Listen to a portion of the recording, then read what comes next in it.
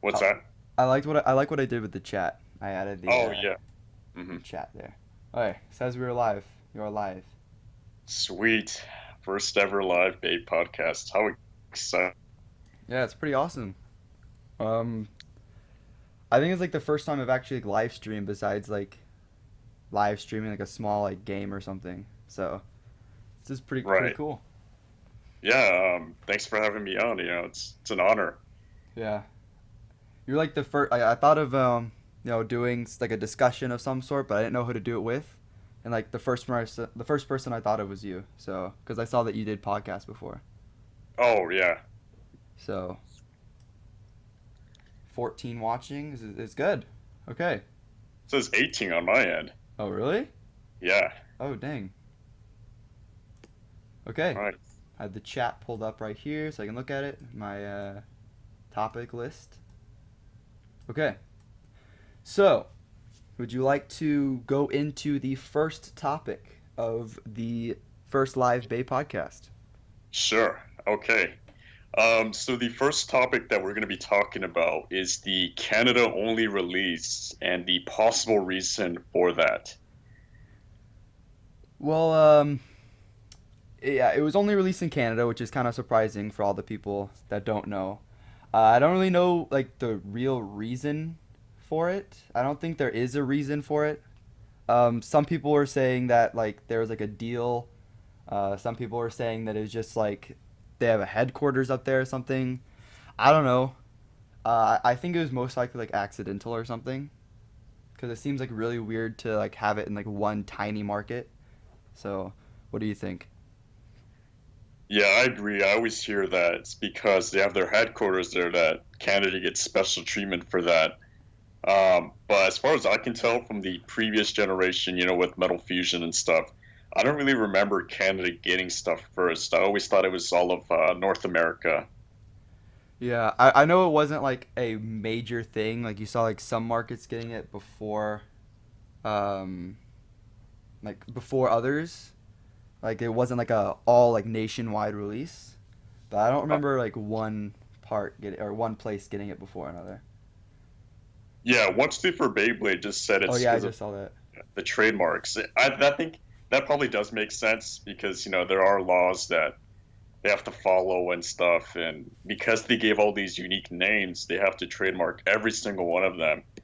And I think Zanky made a video about this, and the status for a lot of the names in the U.S. aren't even approved yet. Yeah, I think yeah. they're all filed right now. So yeah, that does make sense. Dang, then okay. So I don't know. Like I don't really know anything about copyright at all. So it seems kind of weird. Like it seems like they would have waited at least before everything's done before releasing it just to one place, you know?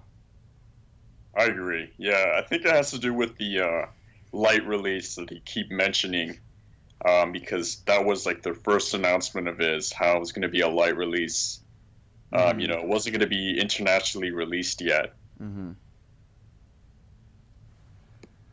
Um okay, so that sucks. It really does. It really does suck.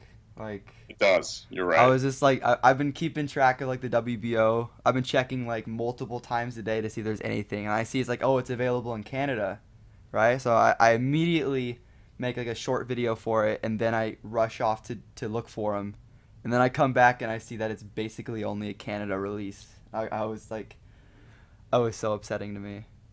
Yeah, I got really salty about that because Yeah. everybody on YouTube right now is like really hyped about it, and I want to stay updated with the news and products. So going to a store and then realizing that Beyblades aren't probably going to show up on shelves for the next few weeks, even a month, we'll have to wait. But that's what kind of got me upset. But like, if it's Hasbro's decision, it is what it is. Kind Yeah. of just have to wait it out. I like what the a question from like the Nitro Bladers. He said, "Do you think the TV show will be out first in Canada?" Uh And huh. that's like another interesting thing because apparently it's gonna come on a Teletoon September 10th, Yes, I heard about that. and there's nothing for Cartoon Network or any other channel in the U.S. Which I don't know. Like, does that relate to copyright too? I'm not sure. It Seems like. might. You know what though? Like, there's something else about that too. If you check the official Beyblade website, that thing has not been updated since I want to say Hmm. 2013. Yeah, the Uh, last thing they have is like Shogun Steel. yeah, yeah. So that's also kind of odd because you would think they would update their actual main site. And as for their Hasbro Toy Shop website, which apparently is supposed to display their products for sale and all that, they have nothing about Beyblade on that website. So there's not even been like an official announcement by Hasbro that they have been released yet. Maybe I feel like if this whole copyright thing is like the full like real reason, I feel like that's like the major part in all of it. Yeah. Because I mean, I don't see them wasting all of this marketing, and I'm sure it doesn't cost them that much, but to update websites and all that effort if only a small area has that. So, Exactly. you know, Another um weird thing I kind of want to add on to that is the app. So the app has been released here in the US as well as Canada, and it was released for both the Android and the US. So it's kind of odd, like seeing them release the app first before anything. mhm. Well, um yeah, yeah, it's like the app was like a really confusing part because you think by them releasing the app it means that we're going to get especially in the US. Like they released it in the US too, not just Canada only. That Yeah. it'd be, oh, this is big news. This means that the full release is going to be coming within the next within the next like 2 weeks or something, right? Uh huh. Because they didn't do any marketing for it on the App Store. So you think their marketing from the toys would be the only marketing they would have for the app. But and then it never happened. You just saw the app, and then it was taken down weirdly. Oh yeah.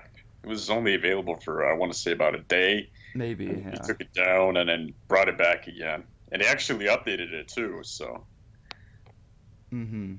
And then like I don't know. So they released it, and then Canada got it, but I don't know. The app was just really confusing. I don't really know what their whole deal was releasing it so early. Maybe because they could like test the waters a little bit. But probably. other than that, I don't know. Yeah. Okay. I want to move on to the next topic, if that's Hmm. okay. Yeah.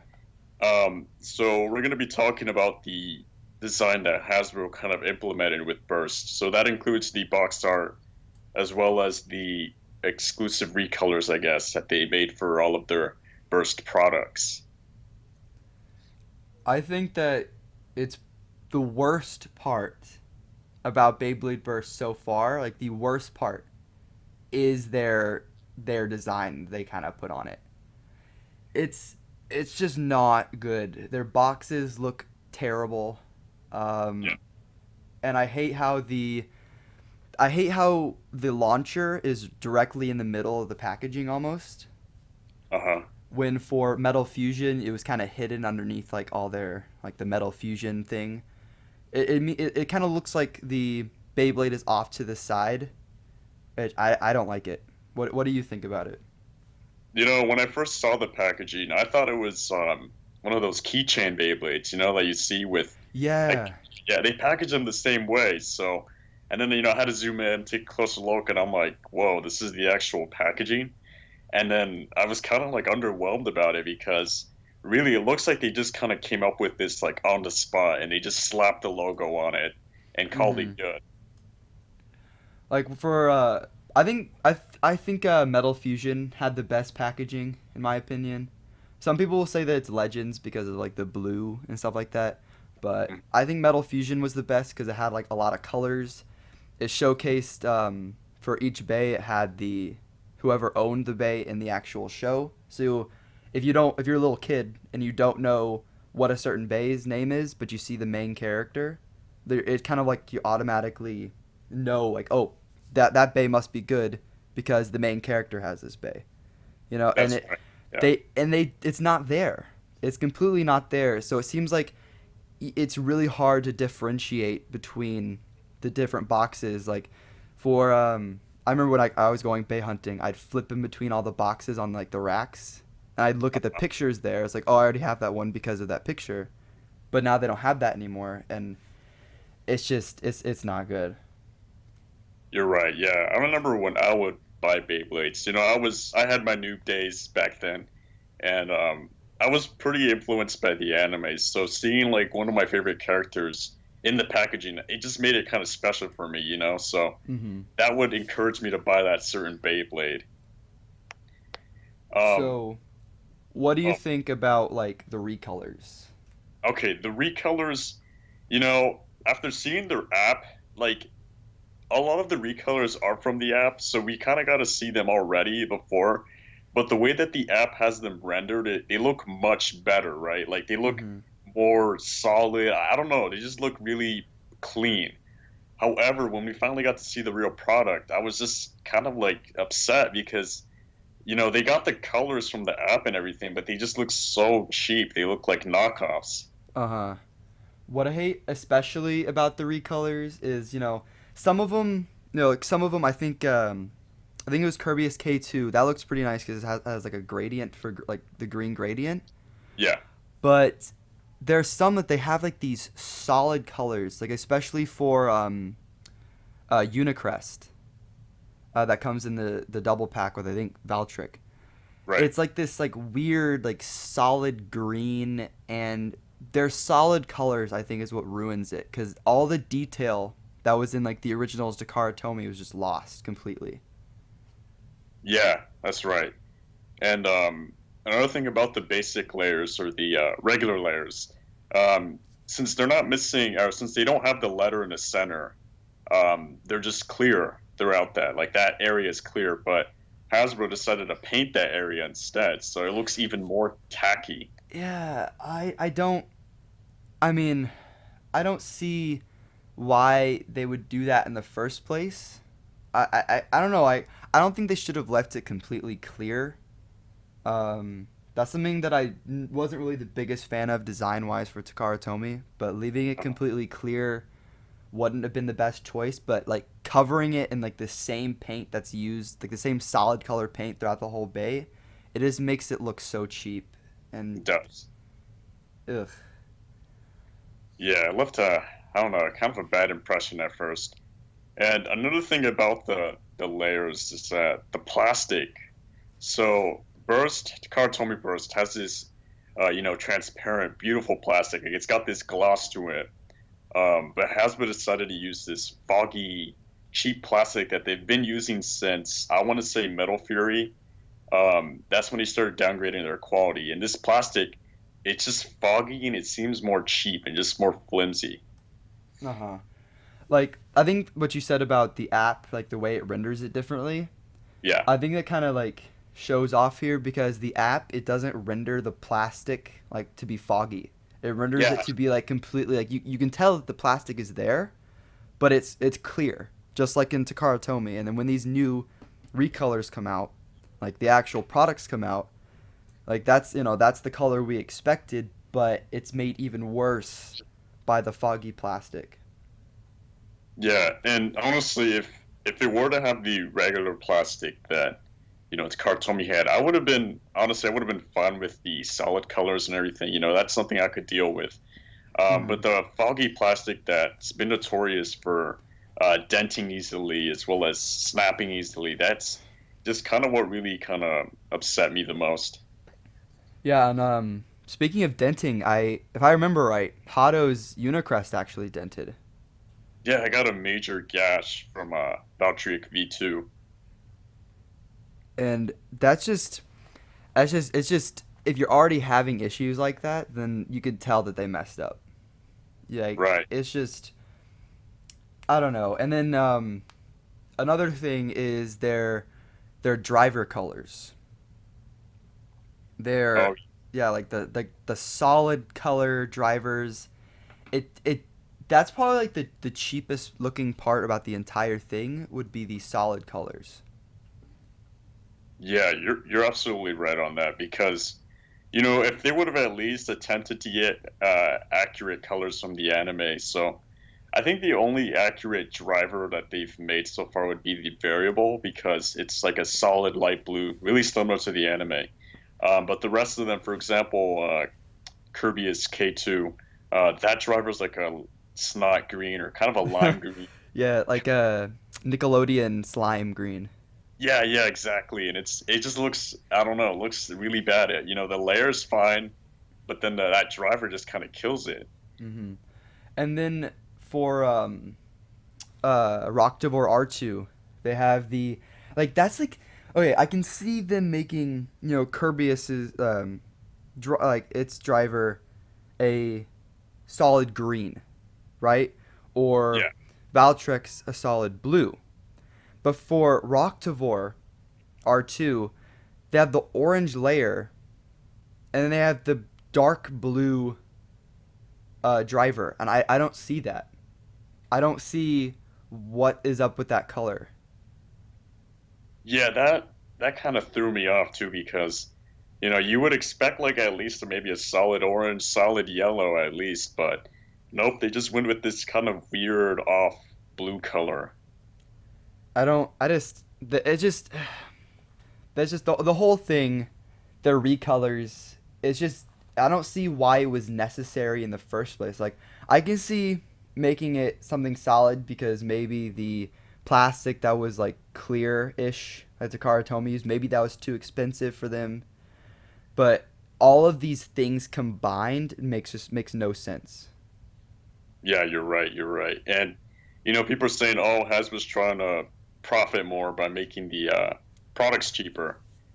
And when I think about it, they did such a good job with Metal Fusion, and I want to say Metal Masters is also a success. But they just started downgrading everything, and Burst just came along like this slap to the face. For somebody like me and you who have been around since Metal Fusion, and like they did such a good job, but they really just kind of messed up with this. Yeah. I mean, it's still a little early. I would like to see what they do with more design, like intricate design bays, like Xeno Excalibur and Zillion Zeus, Uh huh. because that's where we're gonna see the major change in quality. Because I think Xeno Excalibur has a lot going on, but there's no denying that it looks like pretty. It looks pretty great. It does. Like with like the all the different colors of plastic, all the whole design of everything. I'm just really interested to see what Hasbro does with that. I don't, from the way it's going right now, I don't think they're gonna do a great job. But who knows? Maybe. You're right. You're right. A lot of the burst layers, like another thing I like about burst, like personally, is the like how complex they make the designs. It is a three-part system, but some of the parts just look so amazing. Like for example, Victory Valkyrie, like those epic wings, and then we can't forget Excalibur and Xeno Excalibur because they got those big swords. It's really awesome as to how they're designing this. But like you said, Hasbro, they might turn this around or something, and we're kind of assuming stuff here, but if they did something like with Metal Fury where they redid them, that would be really awesome on their part. But I don't know. It's just we just kind of have to wait. Yeah. It could. I mean, it could be bad. It could be. It could be good. Yeah, So, I think we should move on to unless you have something else to add to the whole Hasbro design thing. right. There was one last thing actually. The set that they released, I think it's called Epic Rival Battle Set. Correct me if I'm wrong, but I think so. we saw that the Beyblades in that set, typically Hasbro gives you exclusive recolors in their sets, but this time around they gave you kind of anime accurate recolors in the set. So you got like an anime accurate Storm Spriggan, or excuse me, Spryzen S2 and a Valtryek V2. Yeah, like I think for Metal Fusion, oh, so long ago, the Super Vortex battle set, right? It had like the red stadium thing. Yeah, It had if I remember right, it had a Lightning El Drago in like gold. Like it wasn't actual gold, but it had like the gold paint on it. yeah. And then they had a Storm Pegasus which was like blue and red. And I I really really like this because I mean, if you already have these bays, like I already had Lightning Eldrago, I already had Storm Pegasus, so these cool like pretty much exclusive. They didn't have these anywhere else besides the set. It was completely exclusive. It would have a lot of like good shelf value, you know. It Like did, yeah. you see like these. That's what I did. I would put all the like recolored, and they did like a bunch of recolored stuff in sets. That was like the main thing for sets, is that you get these bays you already have before, but they're like these really cool, really exclusive recolors that you'd put on your shelf. But what I just don't understand why they did the whole um, anime accurate thing. I think it's because some people were talking about this earlier, but they say that it's going to encourage people to buy the set more if they want the accurate colors. That and again, like why? Like why not just give them anime accurate colors to start and make people want to buy your actual Beyblades more, but and then have a cooler recolor in the sets. You know, maybe the sales for the sets weren't that good. I guess I don't really see why. I just don't see it. I don't see why they would do the whole anime accurate stuff in a set when they could have just done it just straight off the get go in the single packs and double packs. Right, right. And that's another thing about those stadium sets. I don't know about you, but in my area, they didn't sell that well, but that was because they were just really expensive. Yeah. I think if I remember right, I think the Super Vortex battle set was like wasn't around like $35, $40. Yeah, around 40, I want to say. And I'd rather get like the two bays, which were cheaper back then. I think they were like $10 back then, and then a set for $10, and I could get any bay I wanted. I wasn't stuck with the two bays they gave me. Cause say if I didn't like Lightning Eldrago, right? I could just buy some other one like Earth Virgo or Earth Eagle or something, and I have my own two bays, and I have a stadium that is honestly better because their stadiums they sold separately was better than the Vortex because it had the pockets. Hmm. But I think that's just up to design. Like, if you want your sets to sell well, you need to design them better. That's right. I agree with you on that one. I don't know. Hasbro, knowing Hasbro, they've done stuff like this, and we really shouldn't be that surprised about how they're approaching this. But we have to wait and really just see what they're planning. If they might have something up their sleeve, they might. But we just have to wait, like I said. Uh, yeah, I think you're right. Because really, there's not really much you can say. You can't really predict the future of, you can't really say Hasbro bays are going to completely fail because this first wave was a little iffy.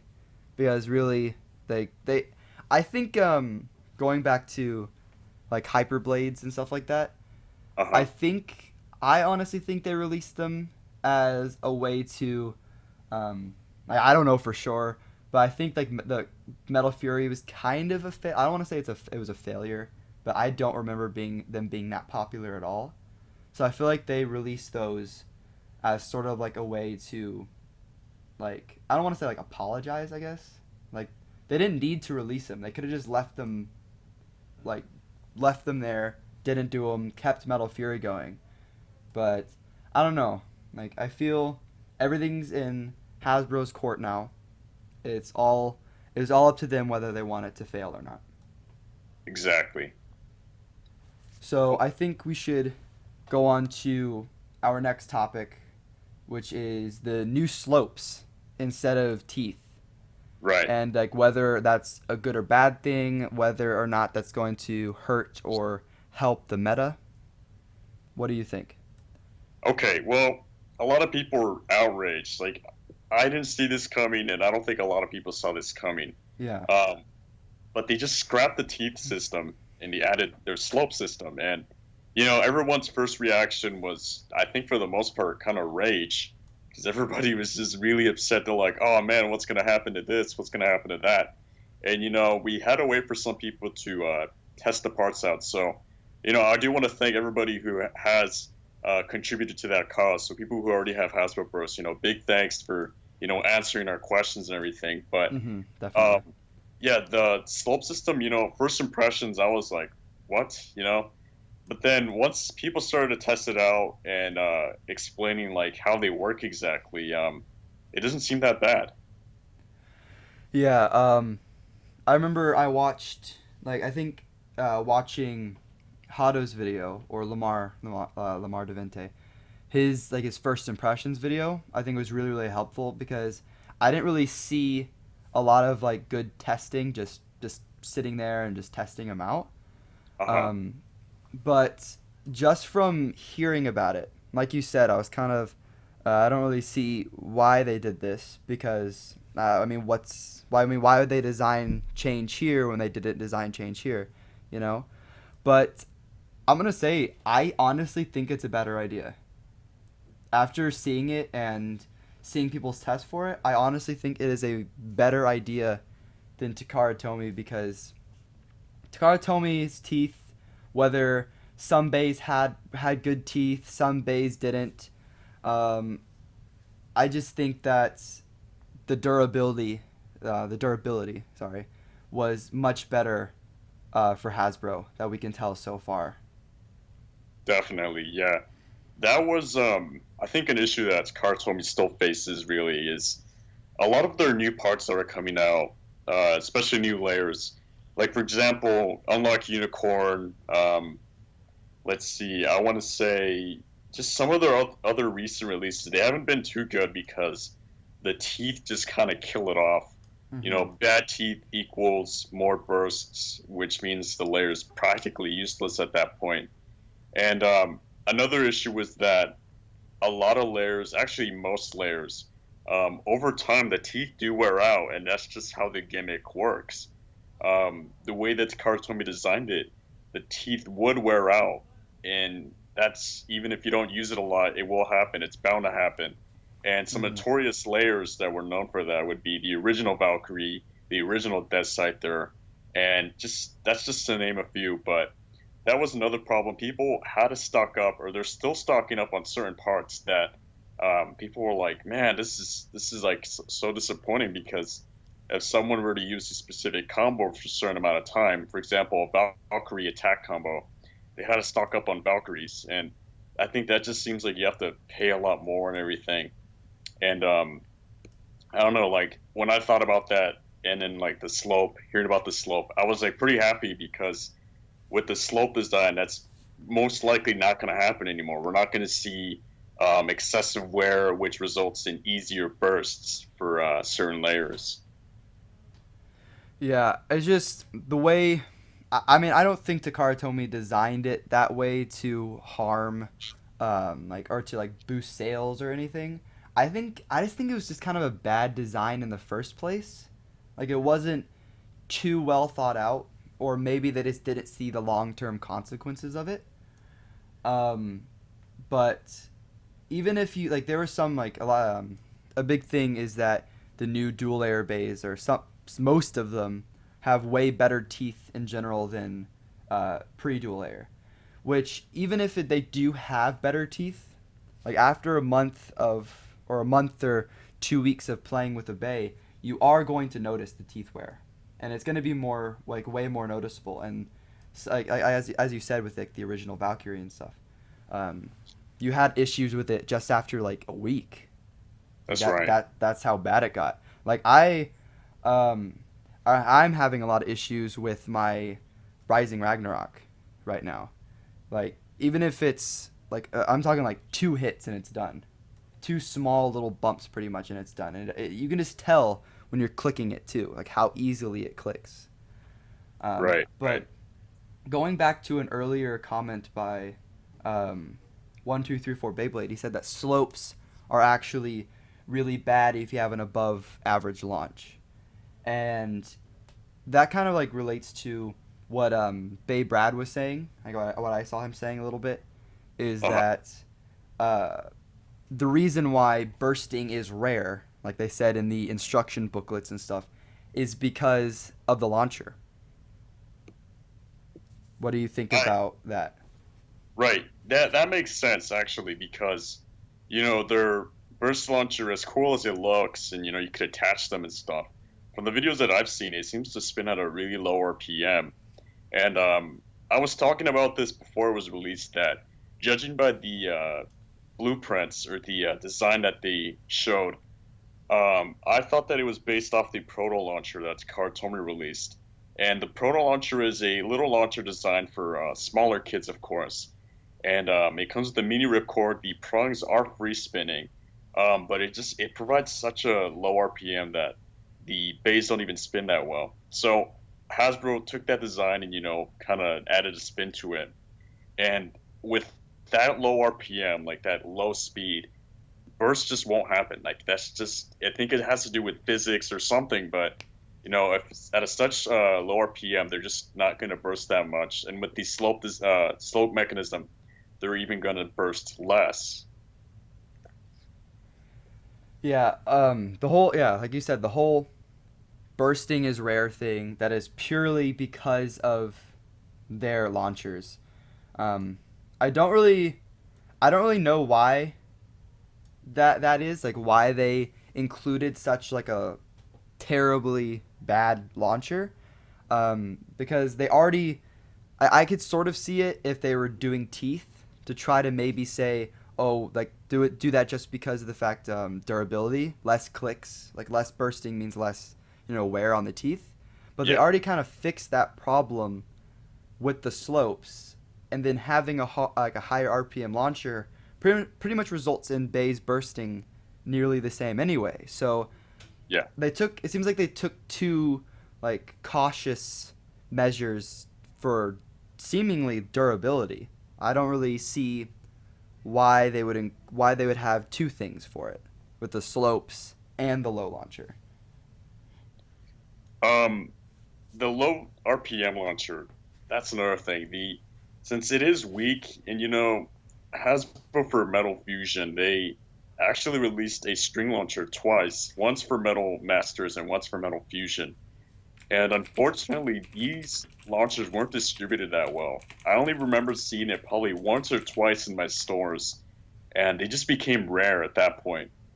Um, but they did make, or they are capable of making high RPM launchers. We also saw this with their Rev Up launcher. Ooh yeah, it's a Yeah, beast. that thing is awesome. But the fact that they made these weak launchers right now, I'm kind of hoping this is speculation, but maybe they will release a higher RPM launcher later on. Like, for example, a string launcher of some sort, because Kartomi has released them, of course. But, Hasbro, they're going to do something, but they might release this kind of launcher, or maybe not. I'm pretty sure they are. Like saying that like they're not going to release any accessories pretty much means that that's less money that people are going to be spending. I mean, especially for a string launcher. I don't want to say it's confirmed, of course, but you just know that they're going to because they can't just release Beyblades, two packs, and a set here or there. They're going to need something else to make more money, right? Yeah, But that's correct. I wonder what they're gonna do with their string launcher. Like, if you remember before they updated the app, the update on the app changed the way the launcher looked. Yep. And before, it was like this mixture.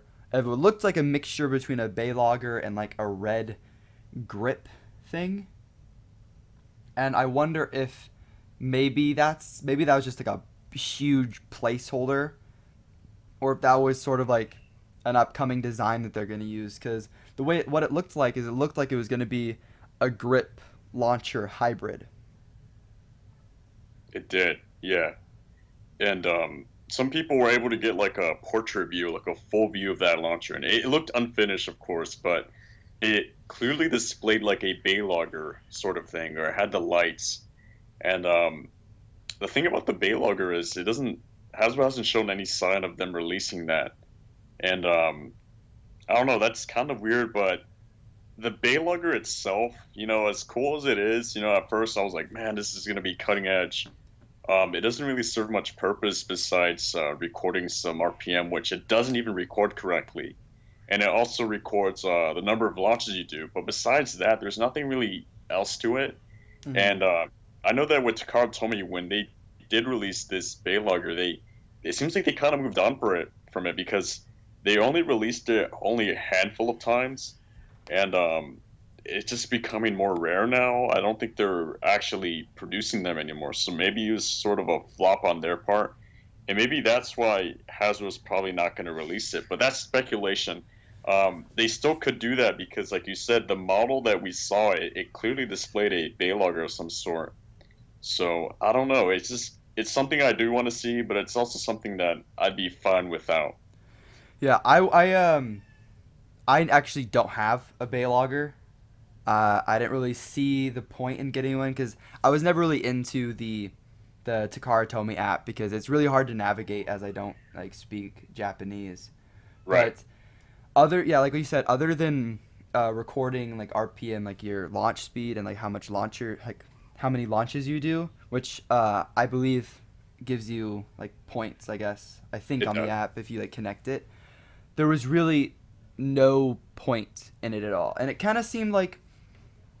it seemed like there's a big lack of support on Takara Tomy's end. Like I feel like it had a lot more potential, but they kind of just ditched it, like what you said. And if you remember, um, Hasbro didn't release like a Bay Pointer, right? Yeah. But I think it might have been Metal Masters or like late Metal Fusion, but they released that one like launcher thing, which had sort of like a Bay Pointer integrated into it, and it pretty much does the exact same thing that the Baylogger does now. All it did was measure your speed, like how fast you would launch something, and that's pretty much all the Baylogger does now. So if Hasbro was to release a Baylogger sort of thing, I don't think it would be for something that is for their app or for their phone or anything because that just isn't a part of their ecosystem. Um, but I could see them releasing a something that can measure your speed that sort of looks like a Bay launcher, kind of, sorta. You know, adding on to that those launches that you mentioned earlier, I remember them really clearly because in my stores I'd always see them on sale because those never sold. And I think the reason was they were just so expensive at the time. They were about, I want to say about $30, Mm-hmm. and they weren't even that good. So besides like cool looks and stuff, they weren't of any use whatsoever. And I think that's why people avoided them. Also, or yeah, but also like a lot of the a lot of the sales that Hasbro has is really influenced by what is shown on TV, right? You Yeah, see a lot of these, mainly with kids, but that's what really drives their sales. But you see someone with a launcher grip, and even with a launcher grip by itself, not even it doesn't really need the TV, right? A certain Beyblade, if it just kind of looks kind of odd, you're kind of want to show, oh, this character has it, so this is why it's important for you to have. Really, the Bay Pointer launcher rev thing that they had like no place in the line at all. It kind of just seemed like something they threw in. Like kids didn't really know like what it did, other than saying, "Oh, it's another launcher. I already have plenty of those. I have a string launcher. I have the rev up launcher. I have friggin' uptillion bajillion of the light launchers that are with the bays. So yeah. there really isn't a need for me to spend $30 on this or 25 or however much it was when I could just spend that on buying two of these new Beyblades. Like there wasn't any point in releasing that. That's right. And also on top of that, they created so many weird like gimmicky launches that were really just trash. Oh Um, yeah. yeah, like for example, that base shooter thing that you kind of like twisted like once and they try to like shoot the bay out or something. It was horrible and they were overpriced as well. That's another thing. Those weird launches were always overpriced. Hmm. And like you said, a lot of people I think would rather spend their hard-earned money on the actual product, like the actual tops. Yeah, they just like Hasbro. The thing with what I think what killed Hasbro really, if if I remember right, was they started off strong. They started off with a really strong launch with all these bays that you see in the TV show, and then they added the frankly necessary, like, sorry, losing train of thought. The necessary accessories, yeah, that Yeah. like the string launcher and the launcher grip. I think those are necessary accessories, and those sold pretty well.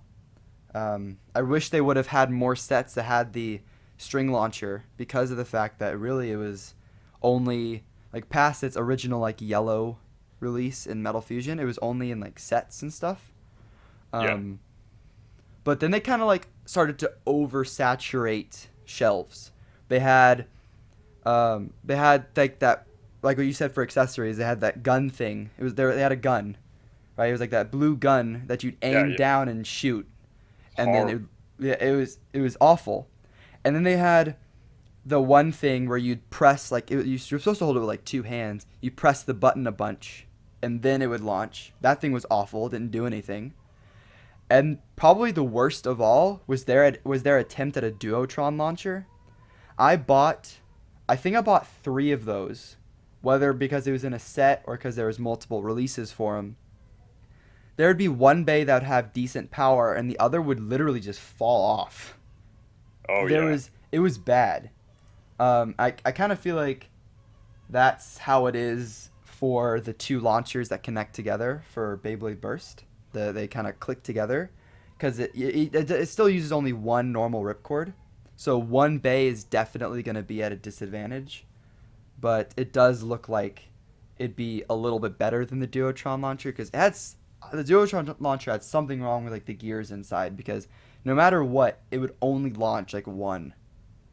Like I swear, I pull it, it would launch one decently well, and the other would just fall off. Yeah, that's right. I don't know. They made these just launchers that were really just useless for everybody because, like you said, they didn't work well. They just I don't know. It was weird. It was weird for me seeing it as a kid. Even me being as a kid back then, I was like noobish too, and then I was like, oh man, like this looks cool and all, but then like I'd see videos or something, and then I discovered that this thing was just trash. Mm-hmm. And I think when you release products that really just aren't designed well in general, that has a negative effect on your sales for other things. Because say if a kid he was saving up, right? He saved up like $30 or something. I don't really know how much the Duotron launcher costs, but he bought a Beyblade or 2 and a Duotron launcher because if you don't have somebody else to play with at that time, you still want to launch 2 bays at the same time. Right. And then you saw one fall off, you're just like, oh, this sucks. I'm gonna go on to like Pokemon or something, because that's like I speak from experience. That's what my little cousin did. He got very bored of Beyblades because they had like this influx of like terrible accessories and stuff. Like they had the Beyblades, which are fine, but he wanted other stuff, and everything else that they released was just garbage. So I could see how that has a negative effect on sales. That's right. And what else can I say about this? Oh, I just lost my thought. Sorry about that. Let's see. What was I gonna say? um, Oh, so, okay. I remember okay. now. Sorry. All right. So, another downfall for Hasbro was their awful side series or spin-offs, Oh whatever. yeah. Oh Lord. Yes. And the worst thing is when you had these 3 things going at like the same time. You had Bay Wheels, which did they even? I don't even know. Like I think it was a side like TV show, but I don't think that Yeah, it ever had its came own on. show. It had its own show, believe it or not. But did it ever come on TV? I don't think it ever came on TV. I feel like it was probably shown once, like maybe it had one run of it and then they just Hmm. got rid of it.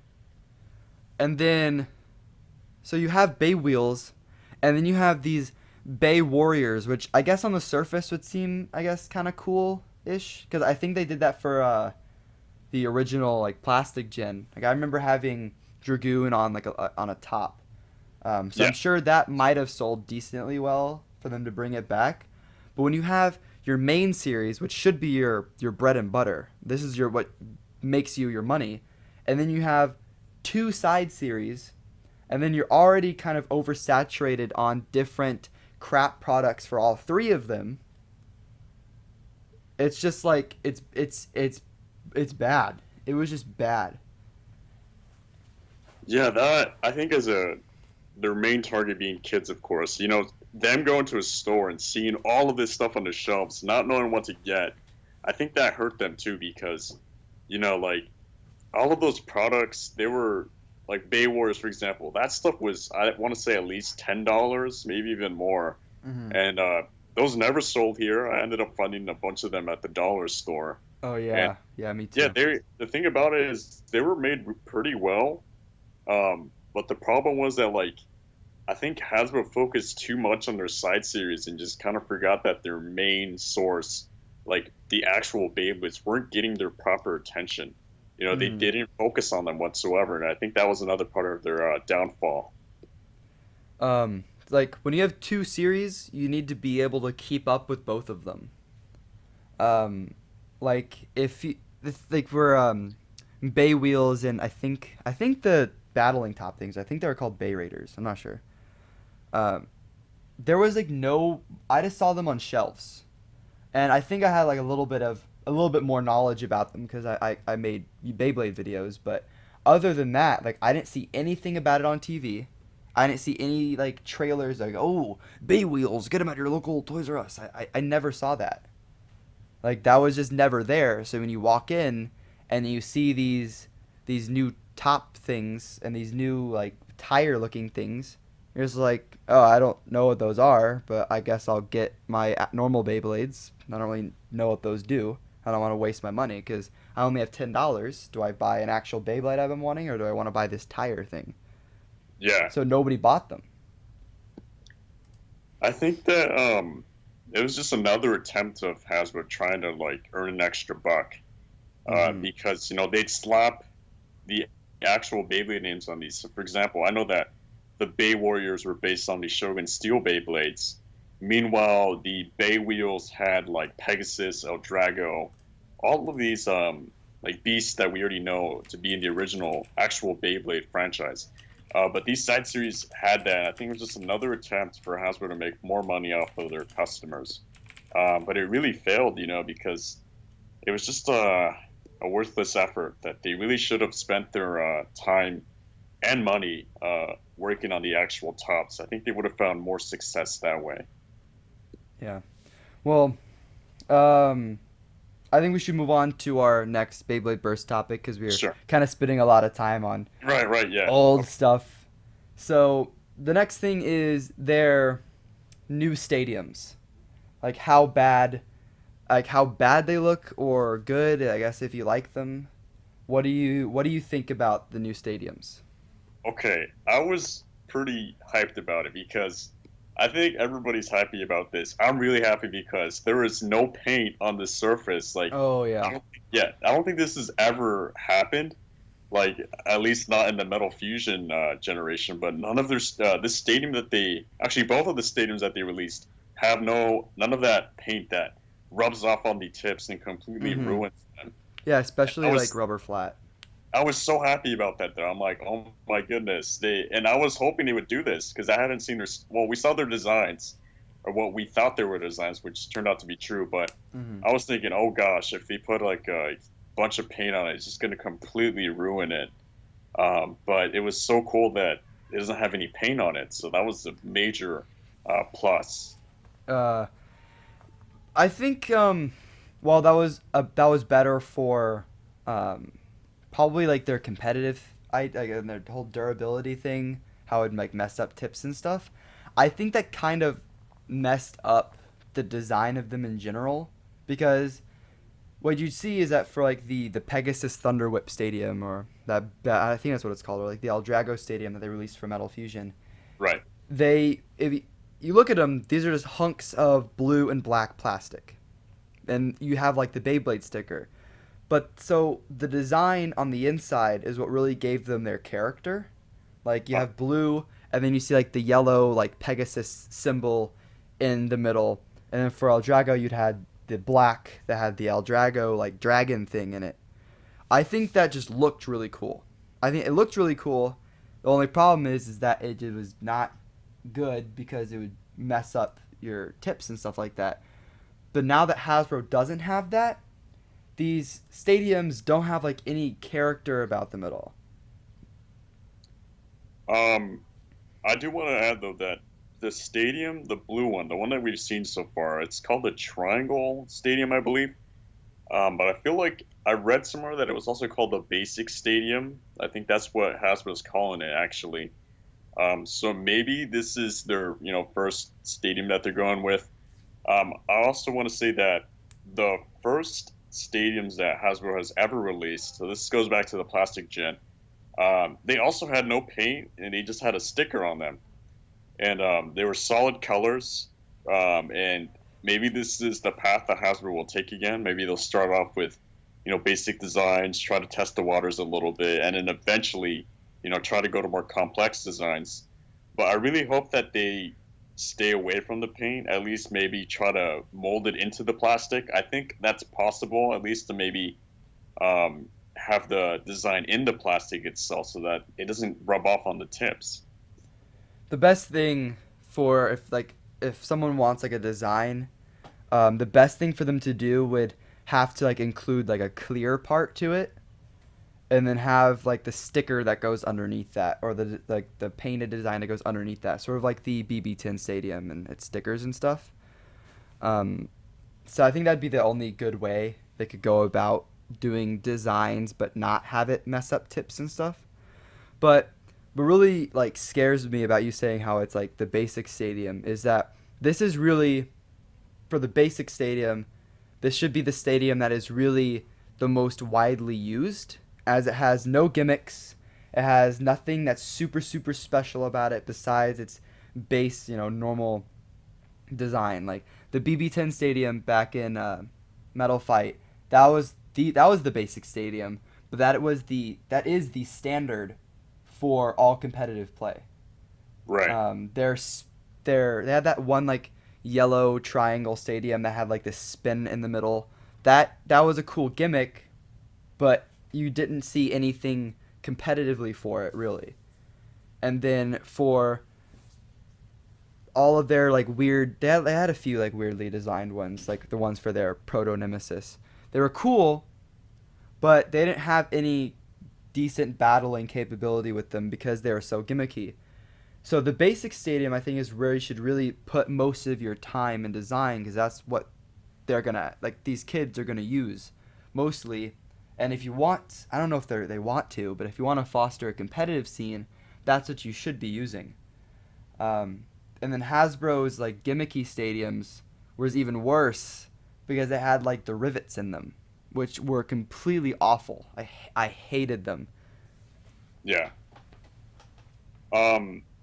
You're right on that. You're right on the stadium, but I might get the stadium myself just to mess around with because, like I said, a lot of people haven't gotten the products yet, but people are saying that it's bad. Some people are saying that it's not bad. And I believe Mitsu performed some testing in the stadium, and he compared it to the actual official Kartomi Burst stadium. And he noticed that he didn't find that much of a big difference in results. I think there was a slight difference, but the stadium itself was like, it seemed really small, like looking at the images and some of the footage that we've seen so far, it's really small. And that was kind of disappointing. Another flaw with it was the fact that the ridge it's so close to the pockets that the Beyblades are bound to fall into them, like just without even any contact with another Beyblade. Mm. I'm not sure because I've only seen like videos of it. But is the play area smaller? Like it seems like the bays are much closer together at the start, and um, maybe that's just because of the fact that it's flatter. I don't know. But it does seem like the area of play is a lot smaller, but that's just from looking at it. Yeah, it does seem like that. But like I said, I want to try it out. It's yeah, Mitsu just confirmed that it is smaller. So, oh, what's the for Beyblade just mentioned that the yellow one seems like a much better improvement. I'm gonna Yeah, go with that. that's Yeah, what I saw because it does look bigger in general. Like I'm not sure how I feel about having like four pockets because I'm a BB10 fanboy for life. yeah, But it does seem better. It seems a lot bigger. So that's probably the one I'm gonna go for if I can find the set. definitely. I'm still gonna get the stadium though. That's just me. Um, but it's definitely gonna be like it's something I want to see though with like Hasbro what they're gonna do with their stadiums because as of right now they're definitely not the best, but they have room for improvement, of course. Uh huh. Okay, so um, I think we should go on to our next topic because this one's pretty interesting. Um, and it's about like a little bit expanded discussion about their app, like Right. things that are really good about the app now, or things that could possibly improve it. Okay. So I got the app when it was first released, and I want to say that it was leaked because it was taken off the App Store afterwards. And we already mentioned this, but Hmm. I still have that because it's a separate app file. And every time I visit the old app, it's definitely different than the current app that we have right now. And it's actually a pretty drastic change from their current app to their uh, old app. So I like the fact that it just looks more polished. The modes are available now, so now we have the option of entering a tournament as well as performing challenges, and they're pretty fun actually. I've had a good time using the app. Like I know that the app is targeted for kids, but it seems pretty addicting. At least I was addicted to it for at least probably a good solid 3 days or so, Hmm. and it's pretty fun. Like once you get the hang of it, it's not complicated at all, but it's also not broken. So like at first the computers seem really tough, but once you figure it out, it's pretty straightforward. Yeah, I like did you have like your app removed or like I heard that it was a whole new like app like what you said earlier. It was a whole new app file, but that's not how it really was for me. Like all it did was it just updated. Like it was really weird. I didn't have to re-download the app or anything. It just updated for me. So I don't really know what the difference is between the old and the new app. What were some of the differences? Okay, well, for me, I'm on iOS, so I have an iPhone, but it was definitely a new file. I actually had to re-download it, and now I have two of the games on my phone, so it's also titled differently, so that would be the first difference. Mm-hmm. The second thing that I noticed was that they added more sound effects, which kind of made it cooler, I guess, and it seemed more smooth overall. Like I don't know, something about it just seems more fun, like more interesting. It just seems so stale at first with the old version. Yeah. Um, Oh, just to go off topic for a quick second, I Sure. like what Earthwolf WBO said. He said, "Watch Hasbro's Zeus have plastic balls instead of metal." I hope not. I could kind of see that, and that's kind of sad. But okay, so back to it. I played the app for like a few hours when it originally came out. Um, after like I did my original gameplay for it, and it got really stale. Like you said, it was kind of like the same thing. Okay, click whatever bay you want to use, practice against a random opponent, or I guess you could set up against a custom. Um, but it really wasn't any different. But it got really boring. But when they added the tournament mode, I feel like the tournament mode is what really made the game itself shine. I really enjoyed it with their you had the central tournament, which is like their I think I don't it might be weekly, I'm not sure, which was like the ODAX tournament, and that gave Right. you a ton of XP and credits. And then you have like the little side tournaments that you can do, and then the individual training, which is really just kind of an expanded tutorial. But doing that is what really made it fun for me, and it's kind of a grind. The app is kind of a grind to get to new stadiums and new bays if you can't actually buy them in real life and scan them in real life. But I think the game's really, really fun.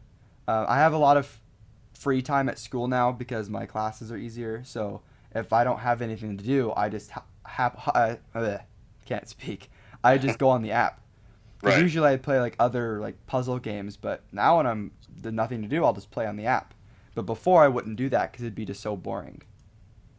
Yeah. One Steve for Beyblade just commented. I got bored after I got 100,000 coins, and I'm gonna agree with him there because they added this new feature that if you scan a Burst product, it adds avatar track is what it's called, and their explanation for it doesn't make any sense for me. Basically, you tap on it, activate it, come back 4 hours later, and boom, you just got a bunch of Bay coins and XP. And that's for doing nothing. So I don't know what they're doing with that. Maybe it's a glitch of some sort, but it's totally ruining the point of playing it. Like Mm-hmm. how that's supposed to be like a grind or whatever. But maybe they'll fix it. I've been using it quite a bit now, and I'm over 100,000 Bitcoins, and I don't know what to do at this point. Um, they definitely should include an online multiplayer. That would be Oh the yeah. icing on the cake. Yeah, that would totally be perfect. Um.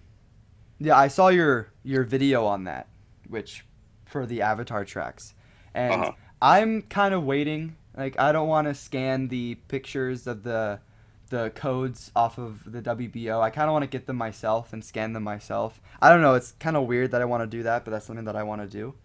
But if you want to, look up, if any of you guys want to look up the codes, that's completely fine. But the whole avatar, I don't understand like what the purpose of avatar tracks is in the first place. Like maybe it's something that'll keep you coming back to the app, but it does seem completely broken right now, and I don't really see what the purpose of including it is in the first place because it'd be different if there's like some sort of like cool mini game or there's something maybe related to like the TV show or something, but all it is you just click the button, come back 4 hours later, and then boom, you have your XP. And it just kind of seems like a very badly designed part of the app. But maybe it's like you said, maybe it's a glitch, maybe it's something that's they just have kind of like as a placeholder. But I'm not really sure. Yeah, another bug that they had with that was the tutorial, and it was what I was doing before to gather a bunch of Bitcoin. So if Oh you go yeah. over the tutorial um, multiple times, you get like Bitcoins pretty fast. But now with this new method, it's easier. Mm-hmm. So they have some bugs here and there, and there's also bugs in the animation sometimes. If I think if you perform a special move right when you're about to win, it stays in that like frame or whatever, and it gives you the results. And it's just kind of weird seeing that sometimes. Mm-hmm. But like any other app, there are going to be bugs and there's going to be updates, I think. And I don't know, it's cool, but I really do want to see an online gameplay because their BeybladeBattles.com website, that was a website I used to visit very frequently as a noob. As a Because noob. yeah, because I didn't have much Beyblades back then, and playing online with virtual tops seemed so cool at the time, so cutting edge. And it was poor graphics, like 2D animations. It was horrible, but the experience was really awesome. And if they could implement that in their app, that would totally be so amazing. Like being able to like play against other people across the globe or something would just be so cool. Yeah, I think that would add a little bit more. What is it called? I think it add a little bit more hardcore. Like it'd be like a hardcore feature to the game.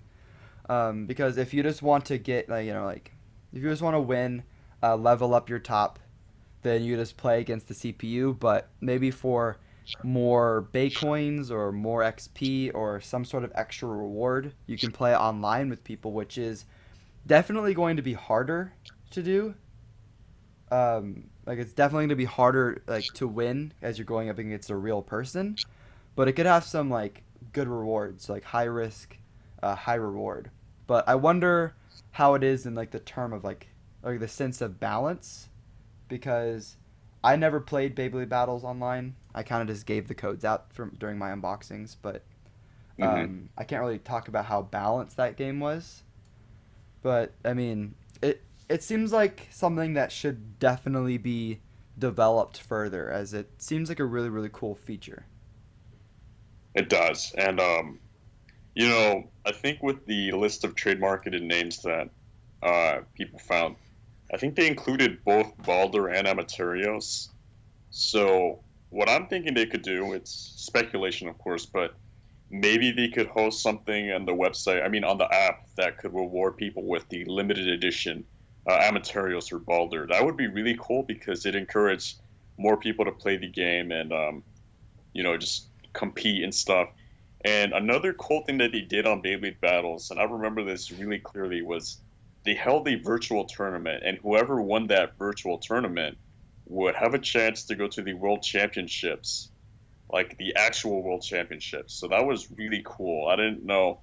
I never competed in it, but I was so far behind that I gave up. But someone won that tournament, and they made it to the actual championships. Hmm. Um, I don't know. It seems like for I'm not really sure, so I'm gonna ask a question. For Sure. Beyblade battles, were you able to unlock certain Beyblades without purchasing them in real life? The way it worked at first, I think it changed over the years, but when it first came out, you would scan, or I mean, you would enter the code, which was huge, huge code. I always mess up typing it in, but Yeah. anyway, once you enter that, it give you like a slot, like they called it a slot. You click on that, and you could use any part in the game, I think. And another cool thing to do is it added to your inventory, like a virtual inventory that you had, but you could still use any part you wanted in the game. Which so you just needed that just one code, and then you'd be ready to go. Hmm. Well, it seems like I couldn't really see from like a money standpoint them doing like giving out a bay for winning like a tournament or something, because their app, maybe unless I'm like completely wrong, their app has no ads on it. It doesn't have any microtransactions. Right. And what you could do in the app, like you could never, if you really wanted to grind, you never even have to buy a Beyblade. You never actually have to give them any money at all. Like if you want to grind, which is I guess is something that you can do for getting newer tops for like 100K a piece. But there's a definite possibility that someone who has never gave Hasbro a cent at all, besides just like downloading their app, could win the bay, and that's lost money.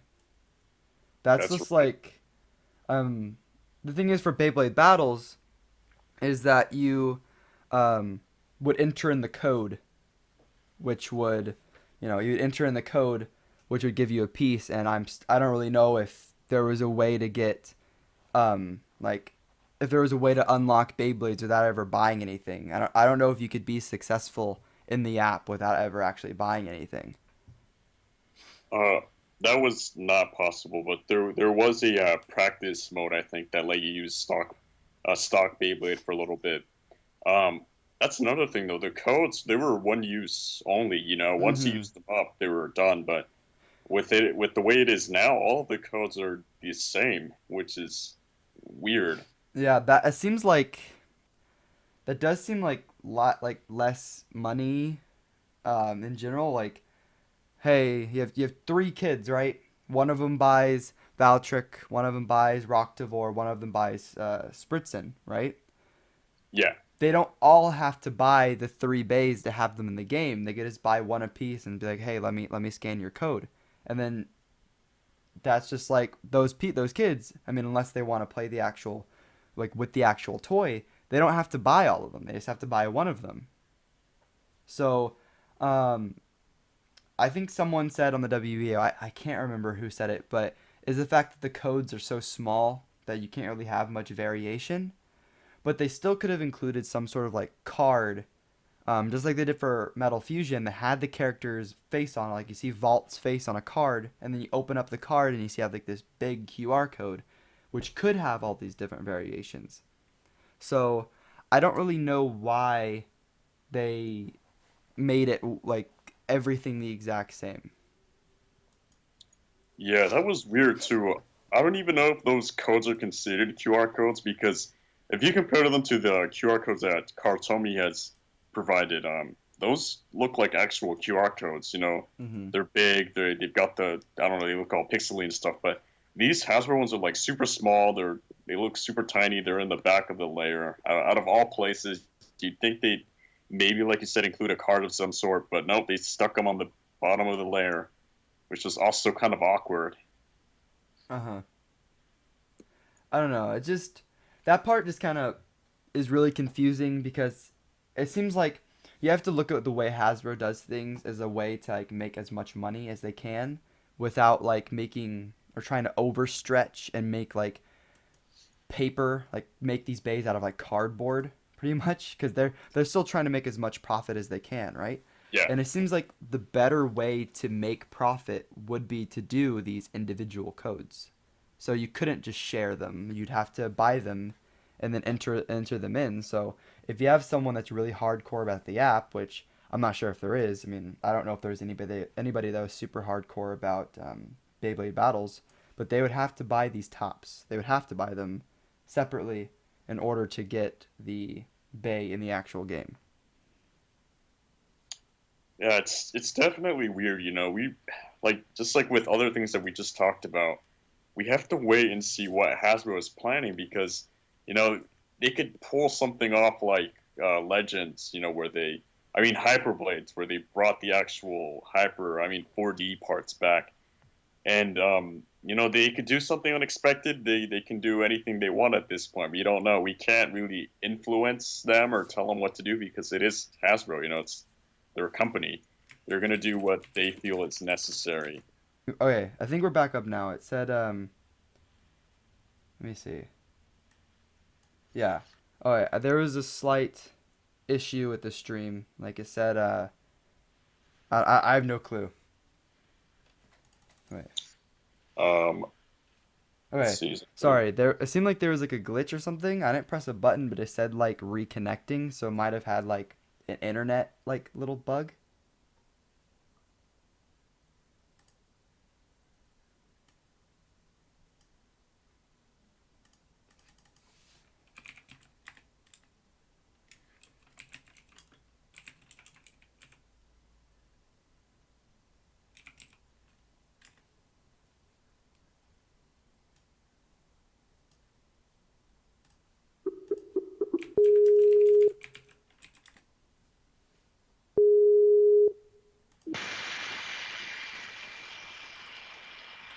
Uh, Okay. Sorry about that. Technical difficulties. I don't know. It just kicked me out of the call. That's like I have no idea what's happening right now. That was really really weird. I No, don't know. are we fine on the stream still? It says the stream is continuing. Okay. Um, Let's see. Are we getting a response?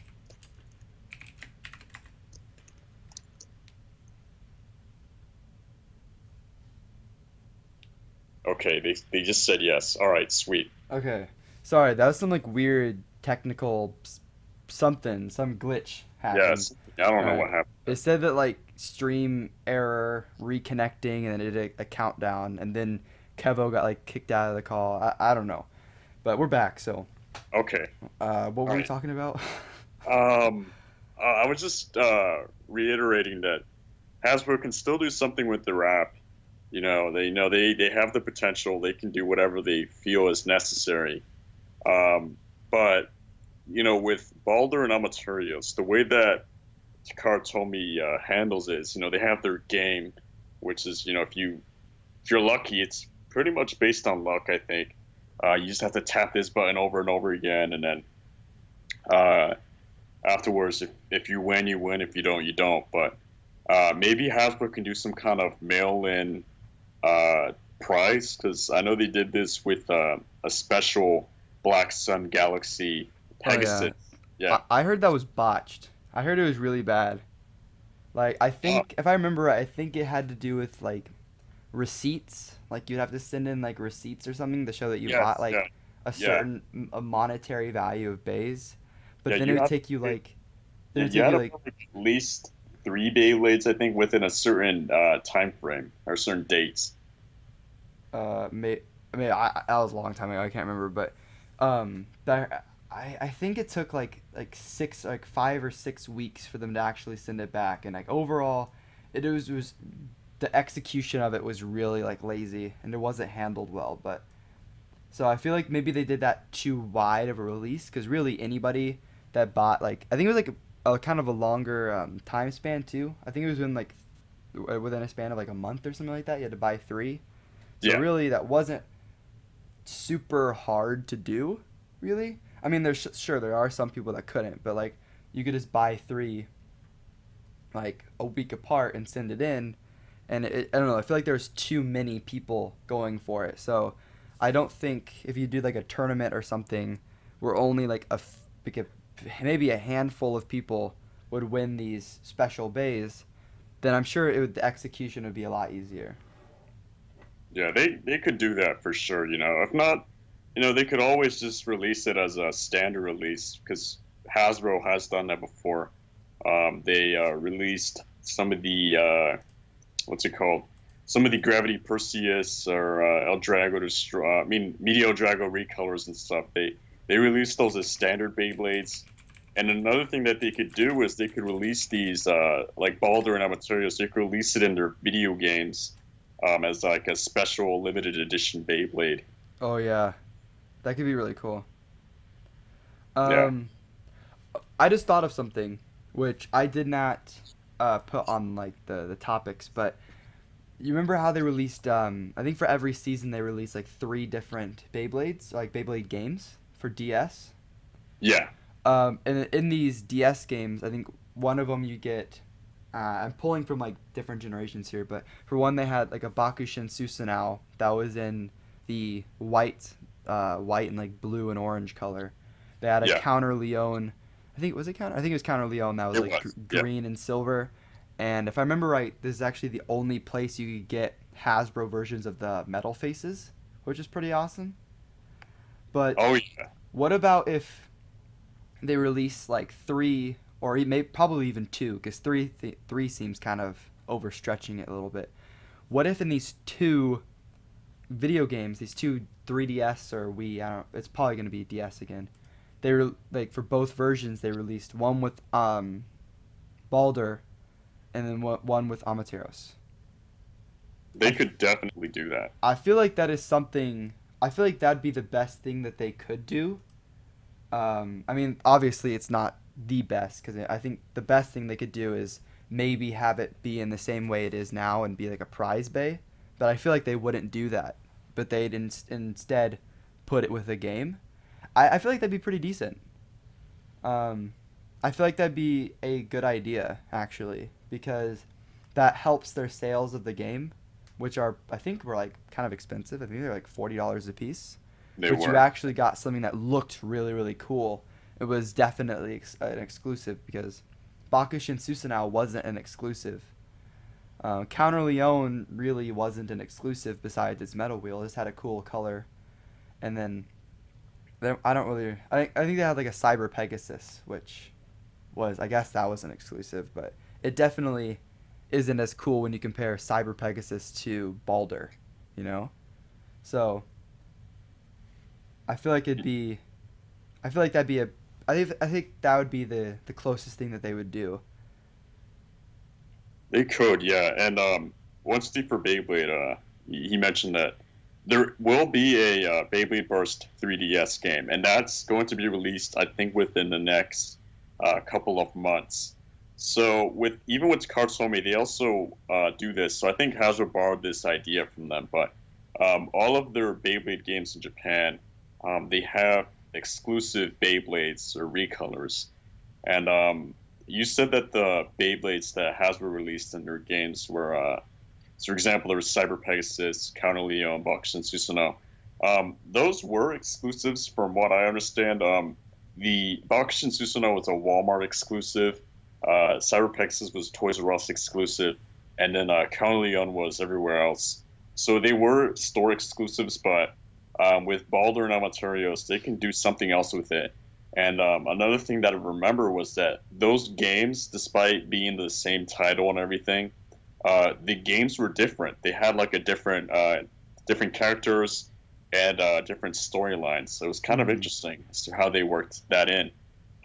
But the games themselves weren't that good. I haven't been a fan of the games ever because they're pretty tough and they're really gimmicky, and a lot of times they get really boring fast. Um, I had fun with the original Metal Fusion one because it was more based on like it was kind of like simple. The gameplay was simple and it was kind of random. But then they like reworked it later on, and I don't know, it just got kind of worse as it went on. But I feel like Hasbro, and with regards to their like the prize bays like Baldur or something like that, they just releasing them and just with their normal stuff like on shelves, that kind of defeats the purpose of them in general, because Takara Tomy did their sort of like, I think, if I remember right, Mercury Anubis was like a Koro Koro exclusive, and then Hasbro just released it on its own anyway. That's not really as big of a deal, but Amateros and Balder are definitely like highly regarded, like super special prize bays. So kind of releasing them general with everything else kind of defeats the whole the purpose of that. And I just don't see them doing any sort of like prize or mail-in thing, because that's too much effort. Hasbro doesn't like effort, so I don't know. I feel like the games would be probably the best bet for them, but who knows. I agree. I agree with that actually because the games. I think that was like most of the reason as to why anyone bought the games in the first place. That was my logic back then. Yeah, pretty much. Uh, yeah, and then the games themselves, like you said, they were expensive, man. They were the price of any other retail game, and then at the time they were expensive, but over time they would drop down in price massively. And what I would do afterwards is once the price would drop, I would buy it for a discounted price, because then at that point I can get the limited edition Beyblade for much cheaper. I was not able to do that. They had the version of the game that didn't have a Beyblade, right? It was just, and I think it was like 1999, right? And they had those forever. Like they had those. I think if I go to Best Buy right now, they still have some version of a Beyblade game without the Beyblade, right? Yeah, But it was tough. I bought all of them and I did videos on all of them, and that was freaking expensive. But they definitely weren't easy for me to find, especially like the Counter Leon, because that was only available that was available pretty much sort of everywhere. Um, I had to go to like multiple different stores in order to find it. They were very, very limited for me. I to be honest with you, I only bought the Cyber Pegasus version as a gift from family, but I don't remember searching that much. I think I did see the Bakushin Susanoo in Walmart, but yeah, I think they were sold pretty well. They were kind of hard to find though, like you said, and yeah, they were pricey, kind of gimmicky games. I don't know. They have potential with the games as well because a lot of times the games that Kartsumi makes and the ones that Hasbro makes are really different from each other, Hmm. despite the fact that they'll share the same title or something. And I think they always have a different like studio making the games, so they're always random. I think that the games they can really be weird. I think even some of the games had fictional parts that have never even been mentioned in the show or anywhere elsewhere. But yeah, that's just what they did with the games. But with Burst, maybe they'll try to follow through with, I don't know, maybe doing better with the games. But I don't know. Um, so like as you said, that these games are probably going to be released within the next like few months. I'm probably going to guess that it's going to be out in like December-ish, so they can try to get more sales during Christmas. So really, their kind of pool of Beyblades seems kind of limited right now, because with Metal Fusion they started like way after Takara Tomy, right? and Takara Tomy released all these different, like a ton of different bays, right? Yeah. And so Hasbro had a lot of time to catch up and a lot of time to make stuff timed exclusive. Like Vulcan Harusius was part of Metal Masters, and that was in the game first, I think, before it actually came out to normal stores, and like the shelf and stuff. But the thing is with Takara Tomy is really like they haven't released an extreme amount of Beyblades. They did a lot of like, and a lot of like their random like there's stuff in their random boosters and stuff like that. But Hasbro is already pretty much catching up. Like they do have a lot of stuff left, but I don't think they have a year and a half gap of Beyblades left. I think there was definitely, unless I'm just crazy here, I think there was definitely less Beyblades released for Takara Tomy in this like year than there was for Metal Fusion. I think you're right about that actually, and I don't know who it was, but someone at the VBO was talking about that. And this might not be true, but I think Hasbro was trying to go for that, like try to be closer to Kartomi with the releases. And I think this was because so that the Beyblade franchise wouldn't be dead in Japan at the time when Hasbro would catch up. But I'm not sure about this. I read it somewhere and I can't remember who said it, but um, like you said, they are really close. And the fact that they released the basic layers, they're really catching up to Karatomi now, like with the releases. And to Karatomi right now, they have months where they release a lot of stuff. For example, they were releasing, I think, a handful of bays at some point, but now this upcoming month, actually, the month of September is pretty slow. They Yeah, only, like one I think or two. yeah, Zillion Zeus and then some other stuff. But in the upcoming months, we might see more, and with the holidays right around the corner, both Hasbro and Takara can do something about um, their releases, because I'm pretty sure that both companies they do want to make the most profit, and holidays is the perfect timing for that because there's always Christmas, et cetera, et cetera. Hmm. And yeah, it's their opportunity to make profit. I think this is a perfect time to segue onto our one of our last topics, which is the next wave of releases for Hasbro. Hasbro only released, I think, like four dual layer bays this wave, and then like a handful of a decent bit of single layer or not pre dual layer actually in their double packs. But I wonder what their next wave of releases like what they're gonna release next and like what they could possibly be. Right. Now that we're almost on our last topic, do you want to take a quick 2 minute break? Just if that's okay. I will be returning really soon. I just have to take care of something. Yeah, sure. Okay, I'll be right back. Yeah, we're gonna take like a 2 minute break and then we'll be right back.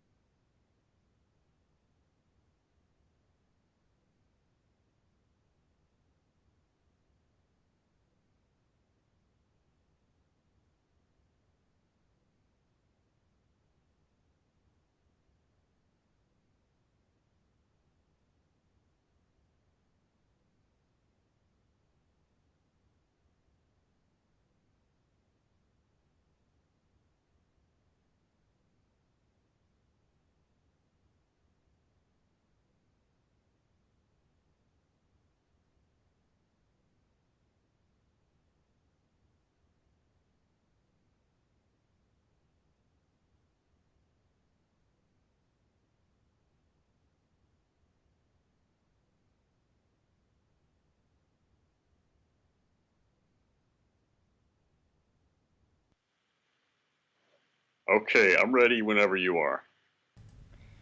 All right, I think we're back. Yeah.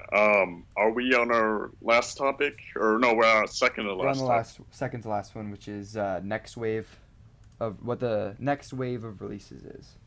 Okay. So due to I mean, based on the game, the app that we've seen so far, they still have some releases that we haven't seen in real life yet, and that would be Wyvern or Wyvron, I think is what it's called now, as Hmm. well as Doom Scissor. Oh So, yeah. yeah, those are some of the Beyblades we haven't seen yet, and I can definitely see those being released in another double pack. Ooh yeah, yeah. Does I'm not sure, but is Odax in is both version of Odax? I think one version is the non-dual layer version is in the non-dual layer version is in a double pack. But what about the dual layer? Is that actually in the game? No, as far as I can tell, that one is not released in it. Hmm. So Yeah. I think besides like the few that are in the game we haven't seen yet, I think we're probably going to see Odax. I feel like um, I think it might be a while. I think the show needs to pick up a little bit and go kind of deeper into the show, and then I'm sure we'll see like Xeno Excalibur, or not Xeno Excalibur. Sorry, I'm sure we'll see like Excalibur, um, possibly in. I don't know. I don't. I feel like Excalibur on its own is a lot more unique than a lot of the non-dual layer bays. Because with Takara Tomy, it came out with its like had like a string launcher and everything, and had its own. Kind of, it was kind of a big thing. Right. So I wonder what they're gonna do with Excalibur and even Xeno Excalibur if they're gonna do anything special with it. Now that you mention it, the anime. So, if the anime were to be released, I think it was September 10th. That's the date. And I don't remember this clearly, but did the releases correlate with the anime in terms of appearances?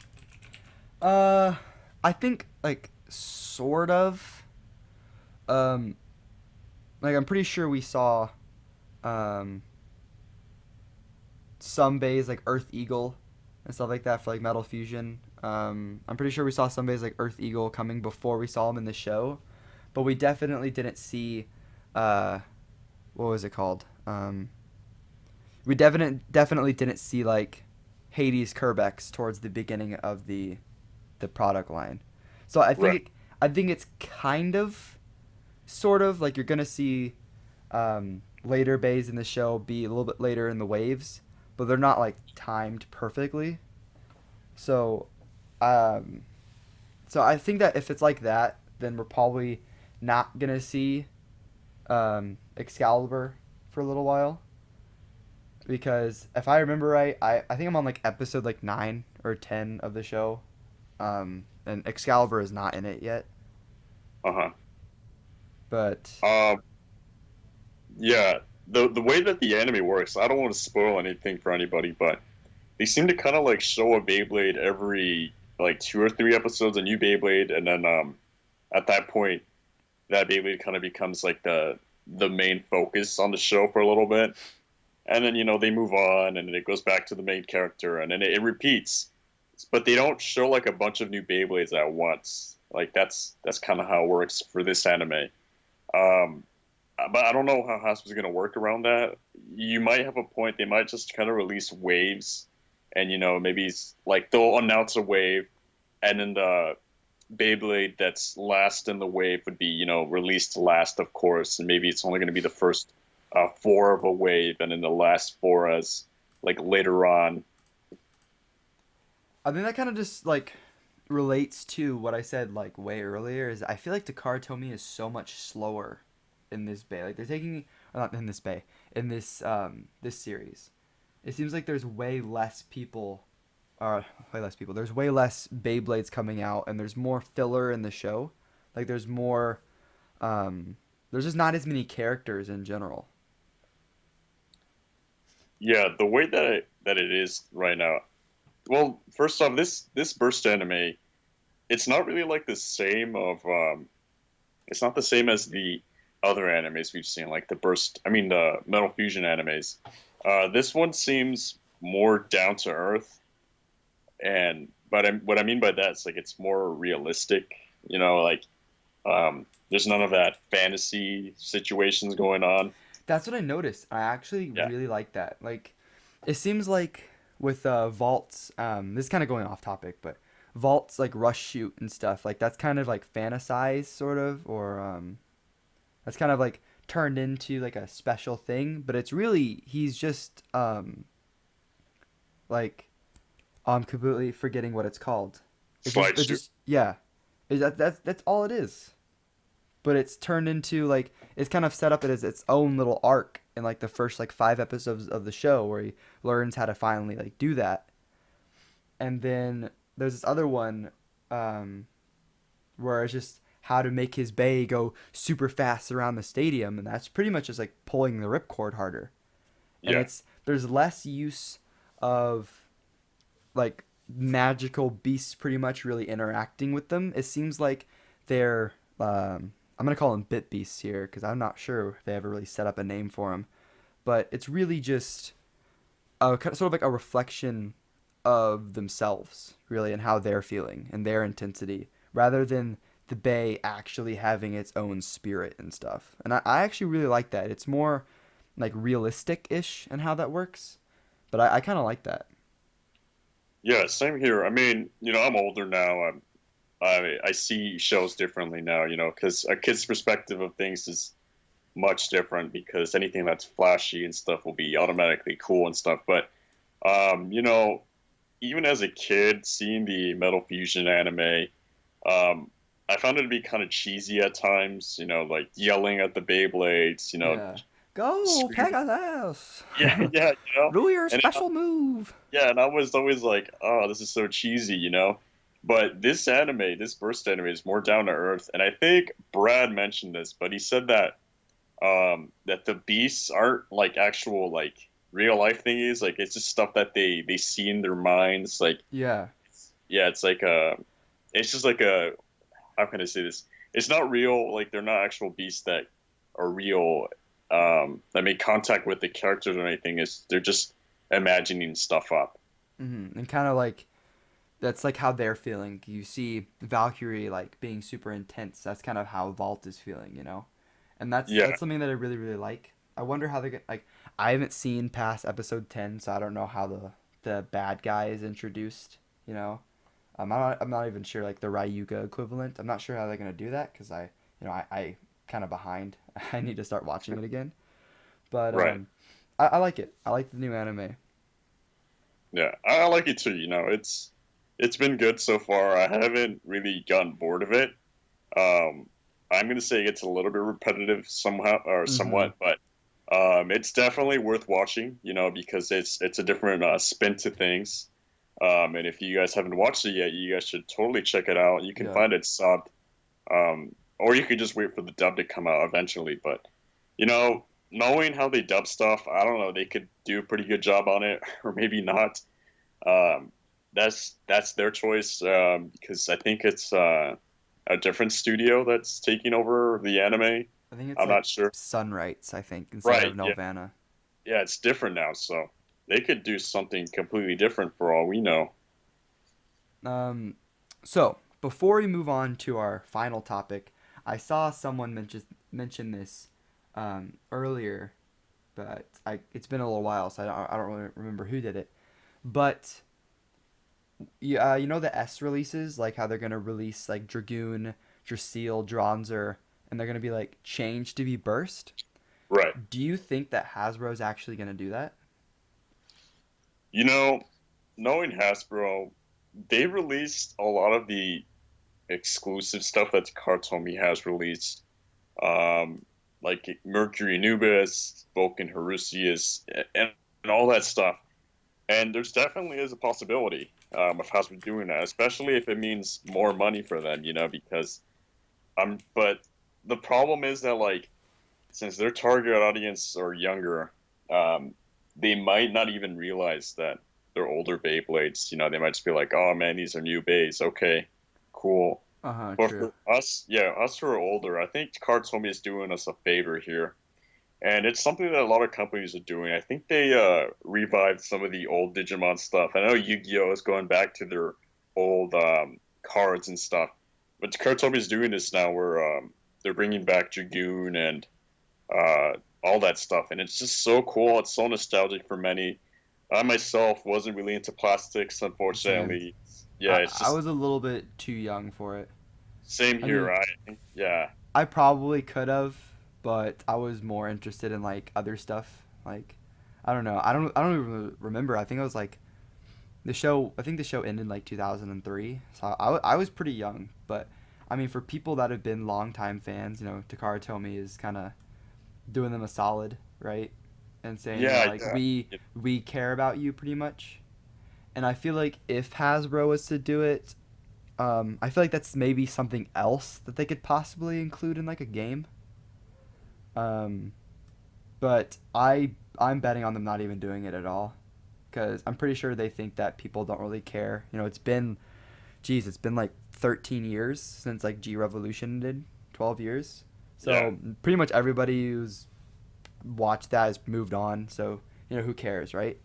But if yeah. they were to do it, I'm sure it'd be something special, like some sort of something that would cost more, like maybe like a stadium set or something. And that's one more thing I want to add on to that, just before we move on, is I think a lot of people agree with me is that Takara Tomy tries to appeal to a older audience than Hasbro. Oh, definitely. Yeah, because I think their tournaments are even for older people, as far as I can tell. Their products seem more professional. Everything seems just more directed at older people. Meanwhile, Hasbro is, Hasbro. They're going to do what they're going to do. But yeah, I just wanted to add that in. All right, so we're going to move on to our final topic. So for those of you who are wanted to listen to more, this is the last topic we have, and it is really just our final opinions over Hasbro's soft launch. You know, and what like we feel about it, like as like a final thing, like a final opinions.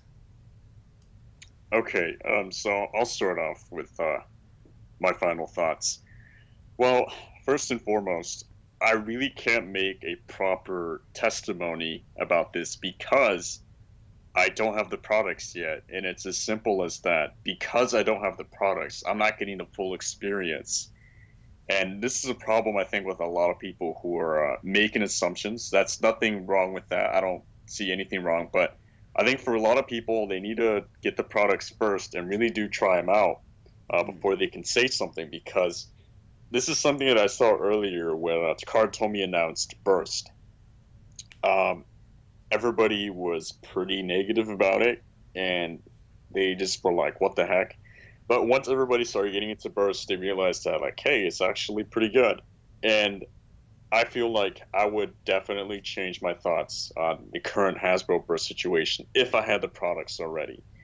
But with what we have so far, I can only make a limited or a certain opinion, and that opinion is that Hasbro has done something that really is something that's disappointed me, but it's also kind of got me hyped because, um, you know, they made mistakes with the layers, and then some people are saying that the quality is bad and then the colors and everything. But overall, everyone seems kind of hyped about it, and I like the hype like that. That it's I feel like I'm reliving the glory days of Metal Fusion Oh when yeah. everyone's like into it, and maybe this will happen again with Burst, and it's definitely possible, and that's what I'm mostly looking forward to. And once I get the products, I'll be able to make a proper judgment of Burst, Hasbro Burst. Yeah, like you said, I don't want to like jump to conclusions. I really don't want to see anybody like say like, oh, Hasbro base suck. I'm definitely not gonna get any or really give them a chance because it's so very limited. Some people they won't be able to actually get the Beyblades, right? They won't actually be able to get them.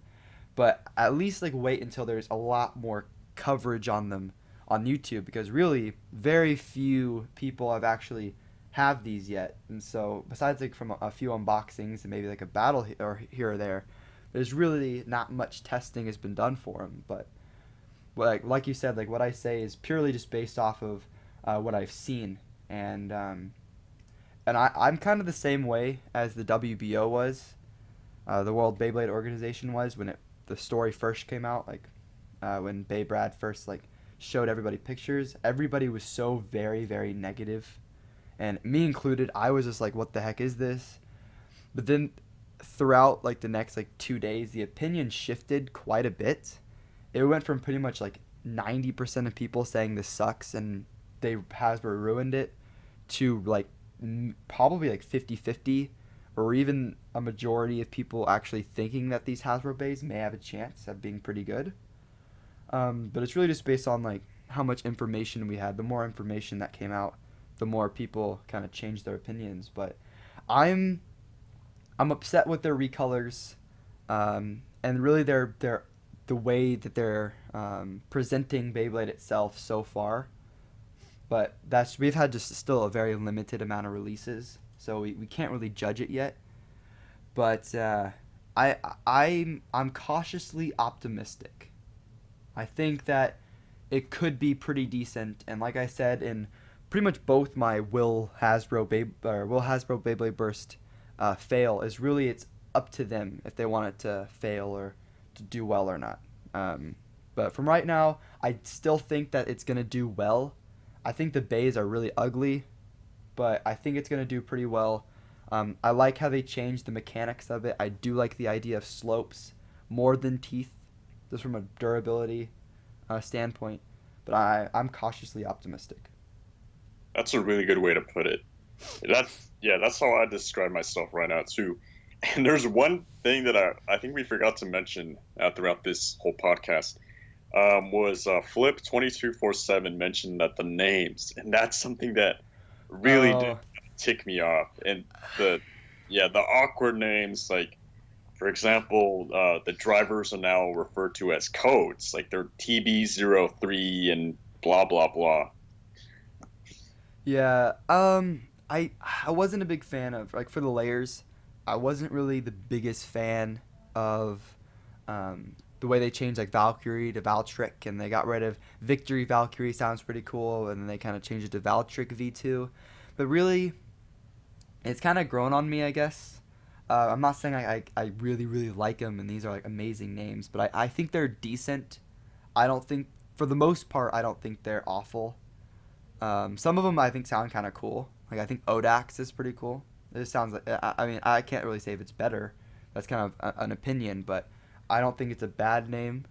I think Rocktivore is kind of weird, but the main thing about names that I really dislike is they just kind of got rid of the whole personality aspect with renaming the discs and the drivers to being like DO1 and TBO2, because it's not like it's like it stands for something. Like I guess if you made it be like GR or something, like capital GR, or something that gave it some sort of name, it's so obvious that it means that TBO1 means like tip balance 01, you know?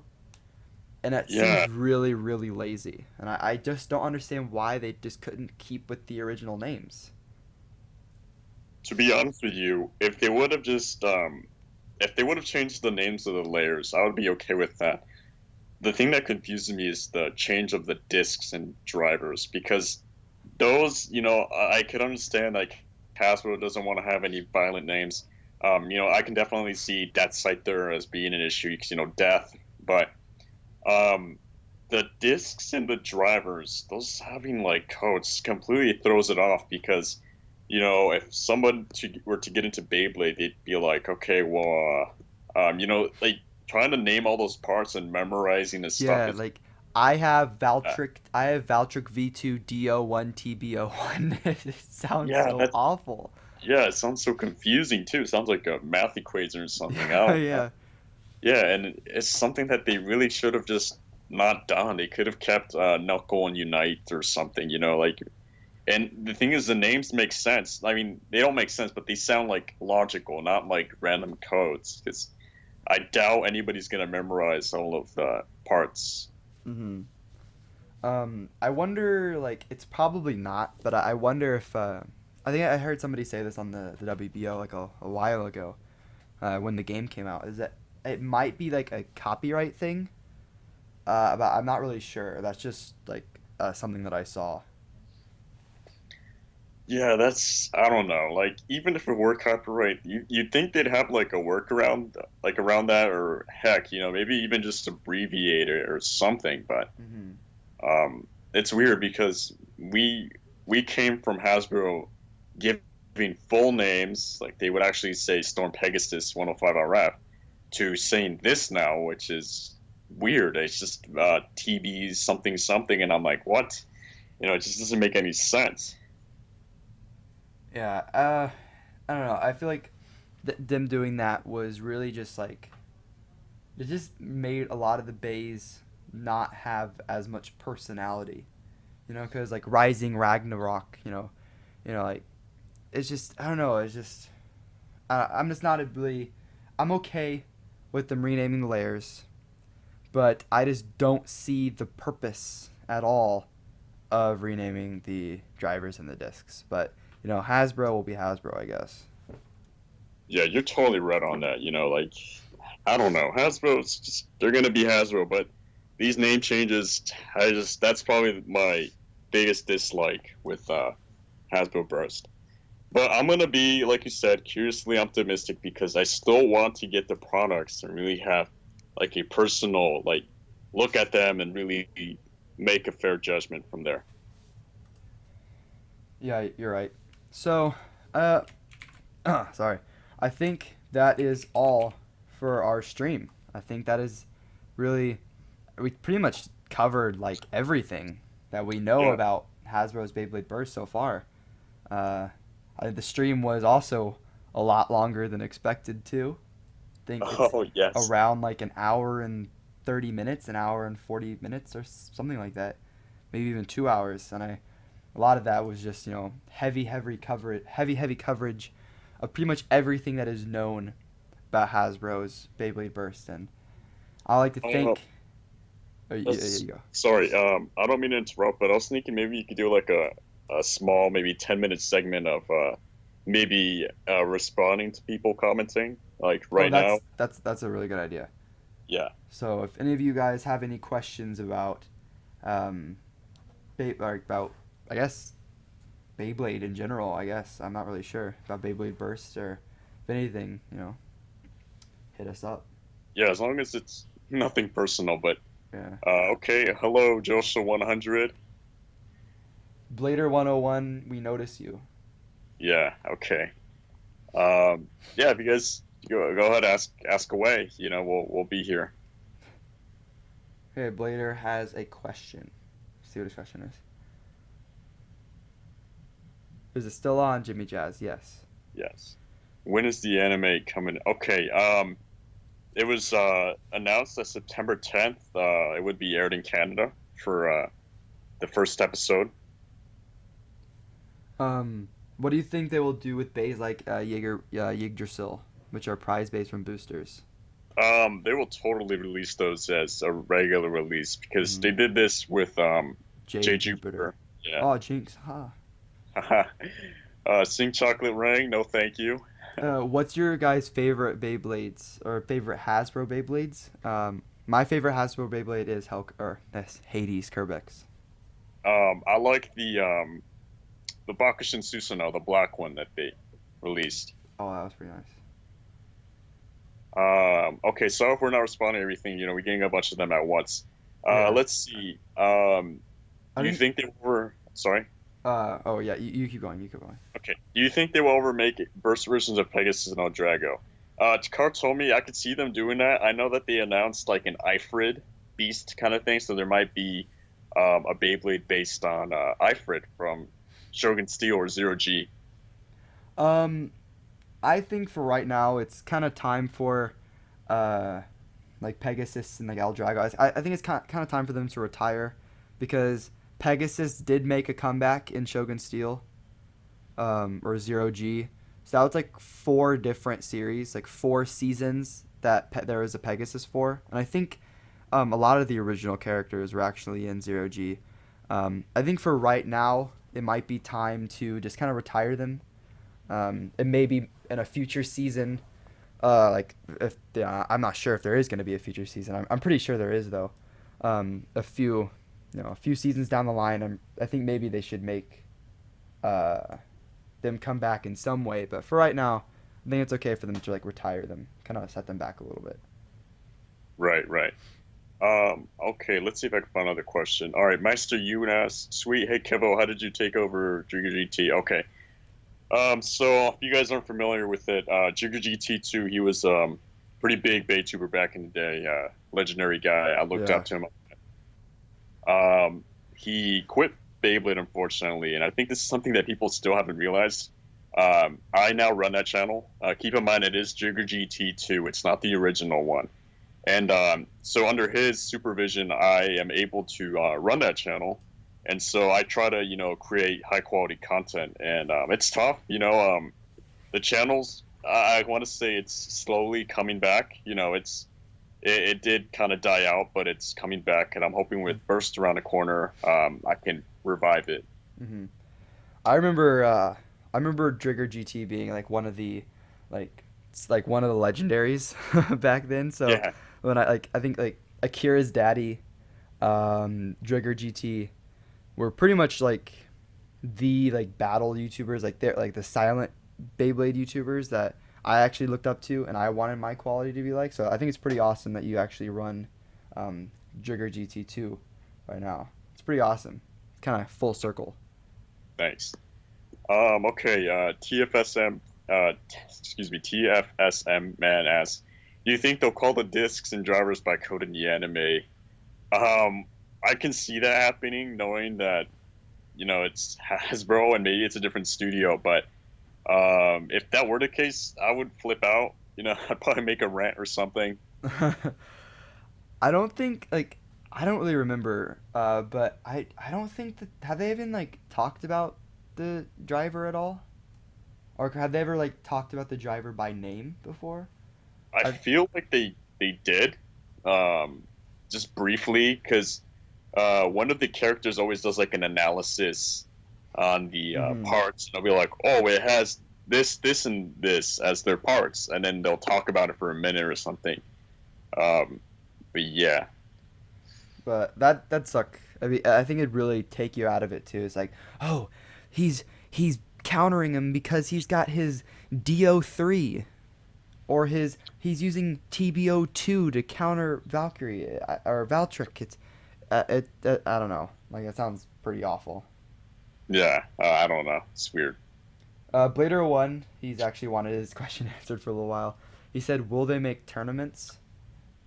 I think so. I think they'll probably do like Toys R Us tournaments here and there. I don't think it'll be as big as like Takara Tomy tournaments, and I'm sure there's going to be even more like WBO tournaments than actual Hasbro tournaments. But I'm sure they're going to be there, sort of. Yeah, if you're wondering about tournaments, you should totally check out the WBO. They do host tournaments in areas. If there isn't any, you could even host one yourself. There are things you have to do, but it is possible. As for Hasbro, I can totally see them doing a Toys R Us tournament kind of thing, like they have in the past. But those were never really that popular, I think. But at first they were, then they kind of, I don't know, it was weird. With Toys R Us things, like I just didn't really see much marketing for it. Like it Yeah, it seems was like just at kind the end of their like end of an aired TV show or something.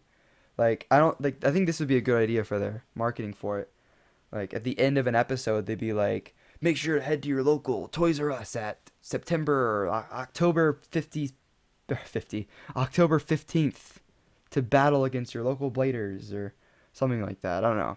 It's kind of like area dependent, but they need to do something because very few people showed up to these Toys R Us tournaments because I never really heard about them at all. same here. Uh, Let's see. Jay Quick, Um, he's been wanting his question answered for a little while. What do you okay. think about Hasbro rules for double spin or burst finish? I'm not familiar with the rules. If somebody could fill me in on that, that'd be Um, great. in the TV show, it was best of two. A spin Right. finish would be like 1 point, and a burst finish would be two. So pretty much, if you got a burst finish, it was over. I think I've seen somewhere that like it's best of three, but a burst finish counts as two, so it's kind of big. But I don't really know about Hasbro rules because they haven't really done anything for rules yet, unless there was something in like a set in the instruction manual. But I'm not sure. Yeah, I don't know. I don't know. Okay. Um, so Meister Yoon has a question for you. I'll let you answer that one.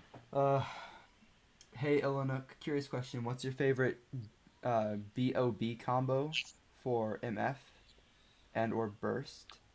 I don't understand what he means by Oh, BOB. oh, okay. I'll fill you in on this.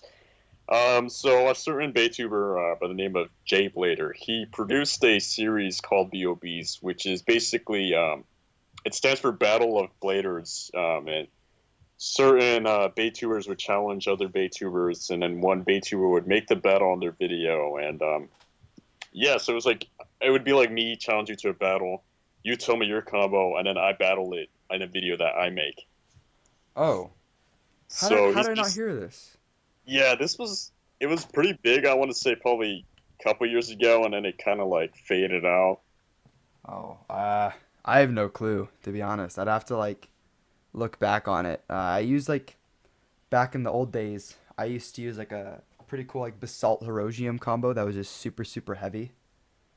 Um, but other than that, I don't know. That take a lot of thought and practice and tests and stuff for me to come up with one. Right. Okay. J Flame asked, "Will you do a tournament live?" I'm not sure what you mean by tournament, like custom Beyblade tournament or burst tournament. Personally, I don't like doing live stuff because I don't feel like I have enough of a fan base or enough subscribers to have a steady stream. But maybe when I do reach higher amount of subscribers, I will do a live stream of some sort. That's something that I have plans for in the future, though.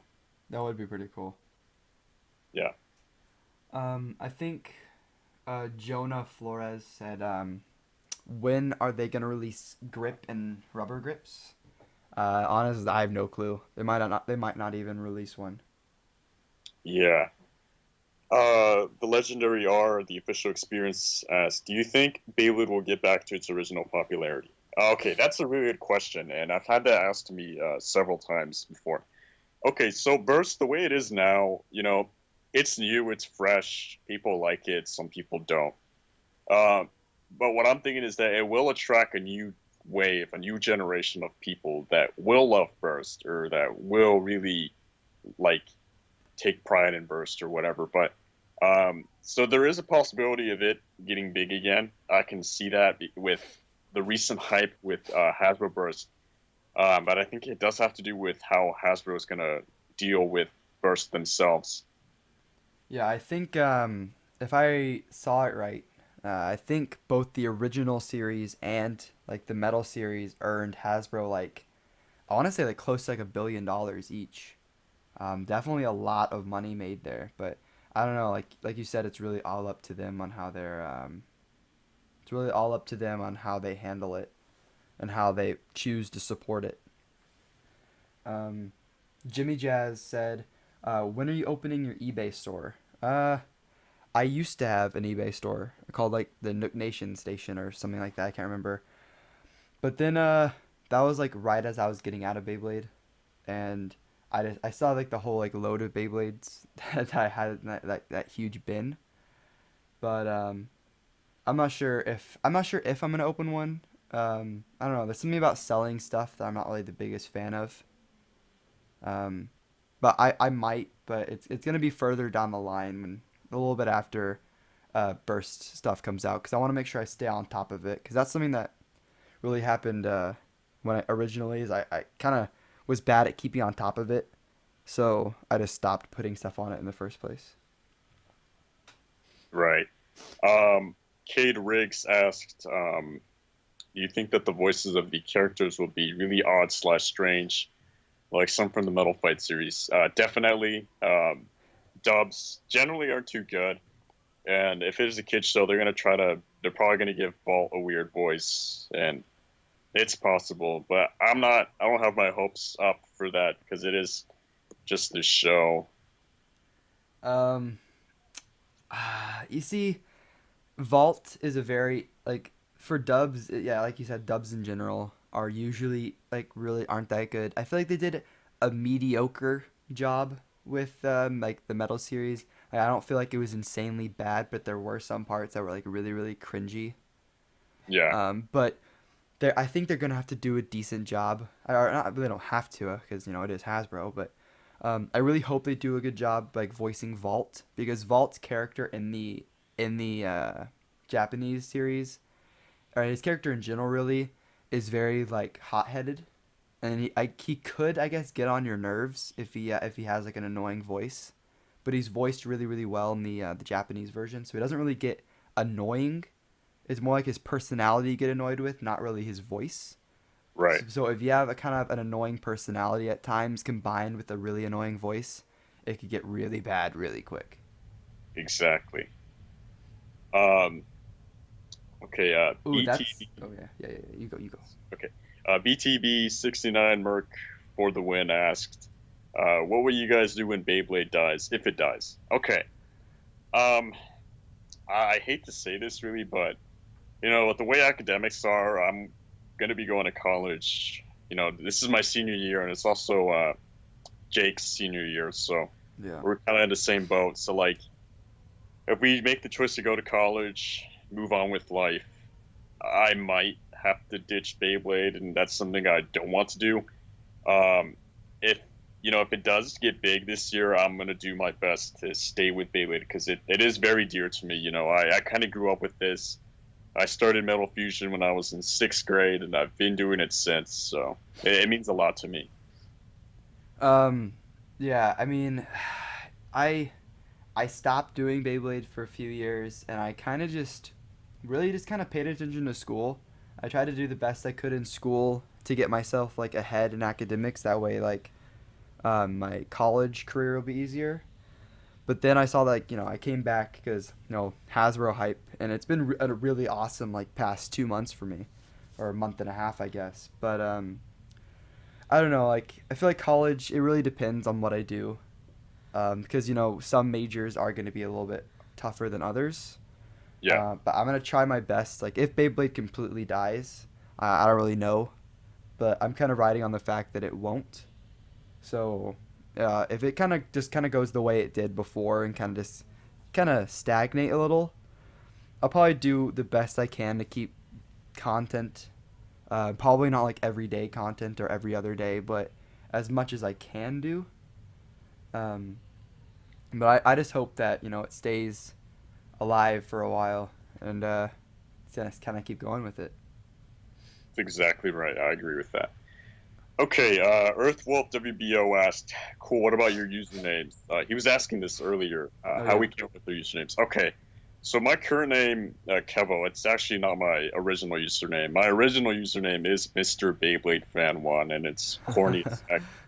I came up with it when I was, I don't know, sixth grade, fifth grade. So back then, YouTube used to let you make you like make any username. Like it was pretty cool back then. hmm Um, and I tried doing Beyblade Fan, and it wasn't available. So I did Beyblade Fan One, and it wasn't available. And then I added the Mister to it, and that was it. But then over time, I got the opportunity to change my username. I changed it about two other times, but then I finally stuck with Kevo because it's simple. It's something that I get called in real life. Actually, that's the nickname I frequently get because my first name is Kevin. If you guys didn't know about that, but yeah. Oh, that's pretty cool. I remember, um, my it's kind of a no, I'm not, it's not really a long story, but um, I wanted a YouTube channel since like 2007 because that's when I started getting on like computers and stuff, and I looked up stuff for like Legos and stuff like that. Uh huh. And then I got really really into Bakugan, which I think came out in like 2009, and they had like those I don't know if you remember it, but they had like these different attributes or like different names for the different styles, and it was like Ventus Pyrus or stuff like that. And I was gonna name myself I don't know, I think it was like Pyrus something like 19 like 22 or some like really weird, just weird name in general. But then me and my grandma actually brainstormed a channel name in secret because my mom didn't want me to have a channel because she was kind of scared of like me getting like abducted or something like that. It was kind of like ridiculous. So then me Right. and my grandma kind of secretly did it, and Ilinnuc is actually part of my last name backwards. My last name is Okay. Cunningham. My last name's Cunningham, and so the Ilinnuc is like if you put it backwards, it's like Cunny, and then the Lee part, the beginning il, is part of my grandma's name, which is Lisa. So it's Cunny Lee. Really, Oh, it's really supposed to be Cunny Lee, but backwards it was Ilinnuc, and I like the way that sounded, so he's kind of stuck with that. nice. So it was kind of a long process. Wow. Um, Um, let's see. Um, shoot. Okay. Voted Dragonfly9 says, "What do you guys think is better, Hasbro Beyblades or the knockoff fake Beyblades?" Okay, definitely Hasbro yeah, it Beyblades. definitely has, bro. I saw some people say like, "Oh, this looks worse than Rapidity," and come on, come on, guys, that's a little bit Thing of an about over. thing about fakes is that they're actually they might be made out of like hazardous materials, so you kind of want to stay away from fakes.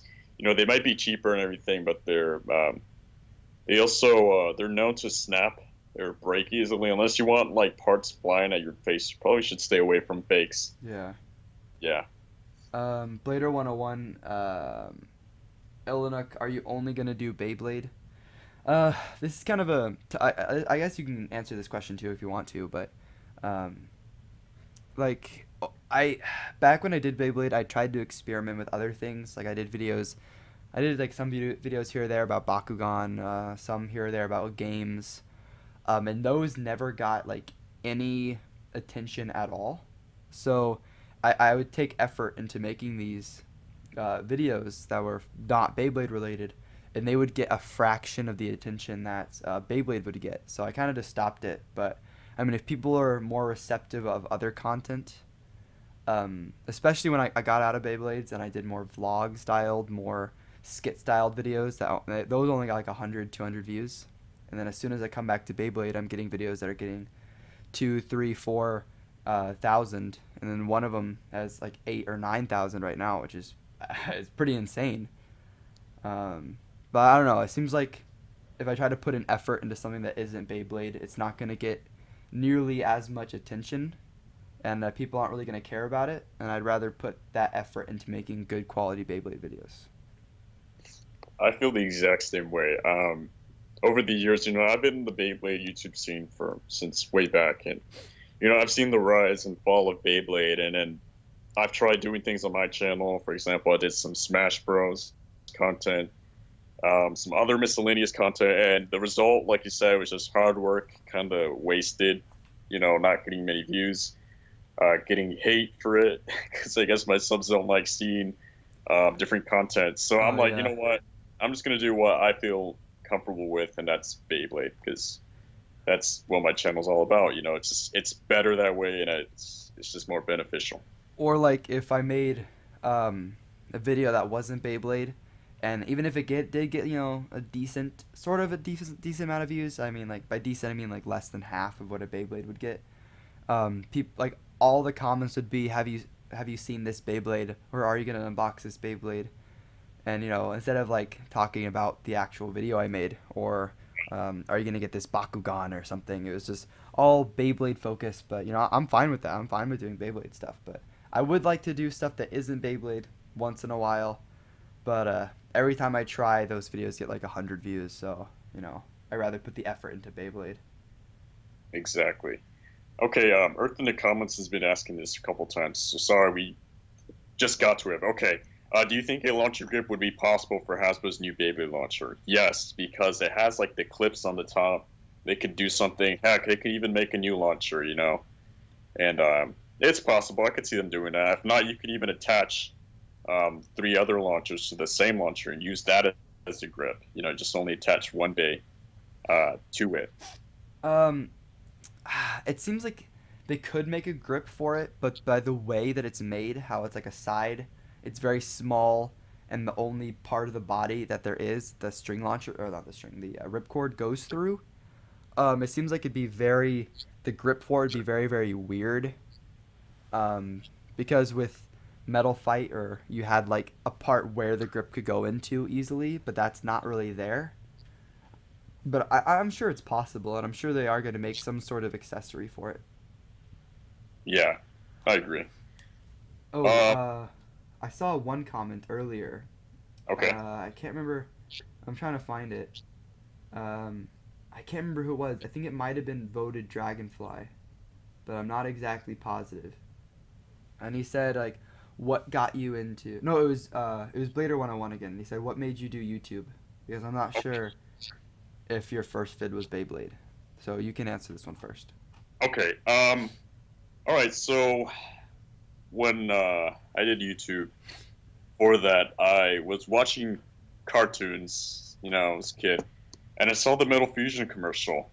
And when I saw it, it reminded me of this one time when I was trying to get into Beyblade, but it was this gap between Metal Fusion and plastics where there wasn't anything going on. And so me and my friend were really trying to get into Beyblade, and we were so like out of it that we misspelled Beyblade with the A. We put Bayblade, and that's why we couldn't find anything about it. But we found Battle Strikers, and I don't know if you're familiar with Oh those. my God, yes. Yeah. And so we tried getting into those, but then we realized they were like expensive as heck. Yeah. And yeah, so we kind of gave up. But when I saw that commercial, it reminded me of those days. And I was like, man, I got to get some Beyblades. So I took like a 1 hour trip, bus trip to Toys R Us. Because at the time I lived far from mine. And then I picked up my first Bey, which was Dark Wolf.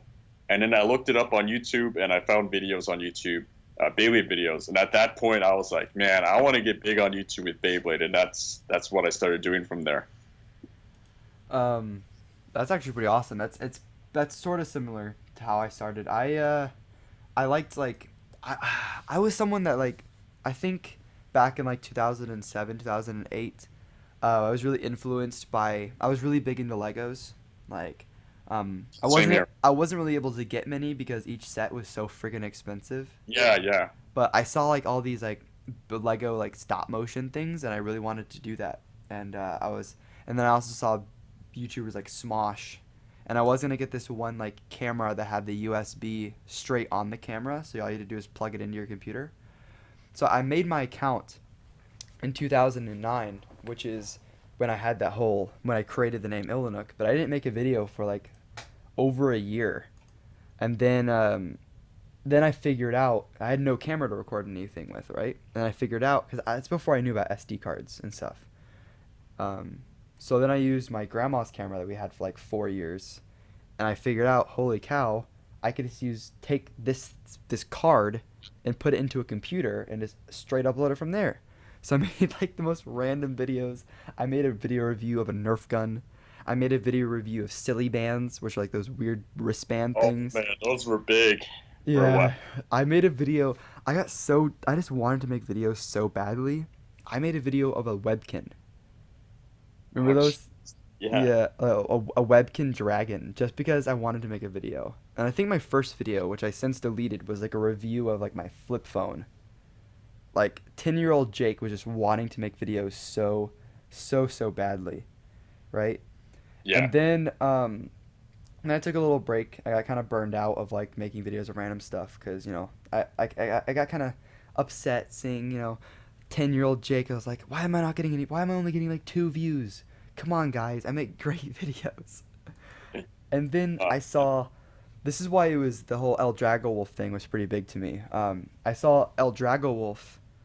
Um, I saw like I think I looked up like I got into Battle Strikers, right?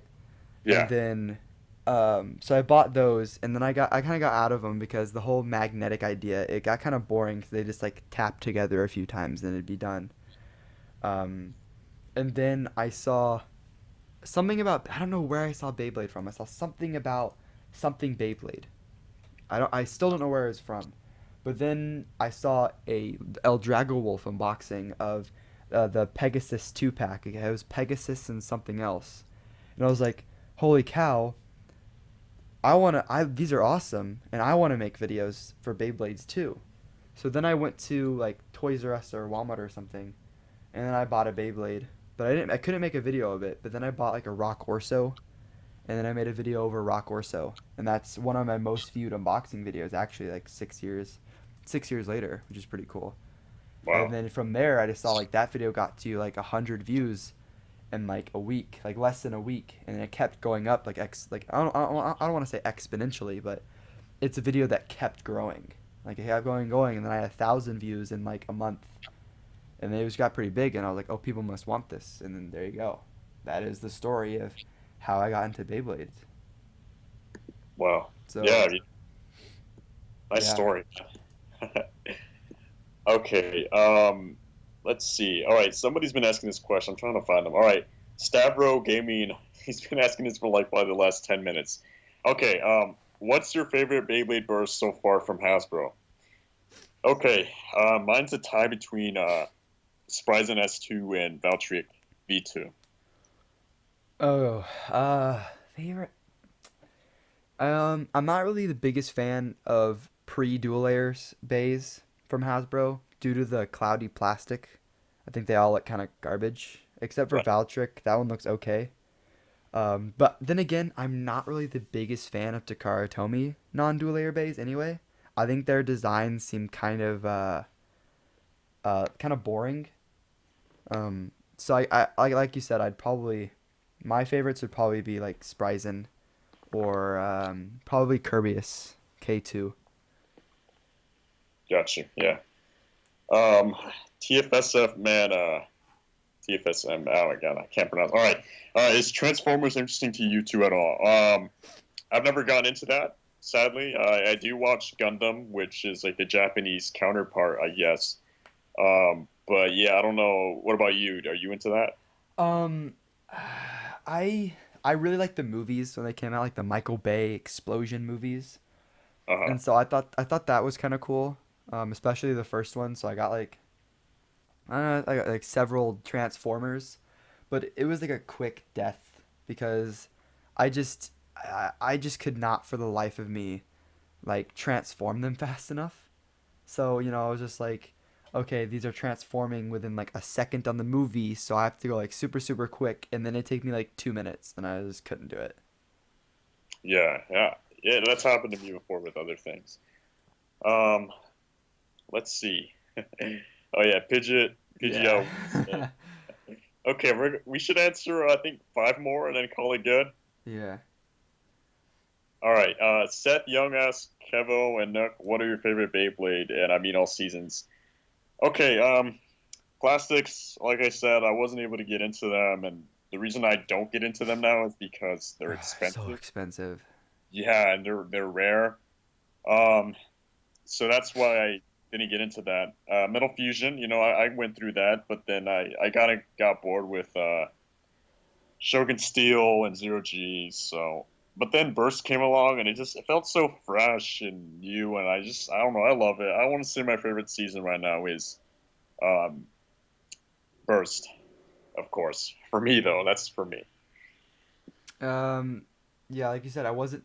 I think I saw like the first season of the plastics like on, I don't know, like on like I don't want to say like the YouTube or something like several years ago, but I wasn't really too into the show.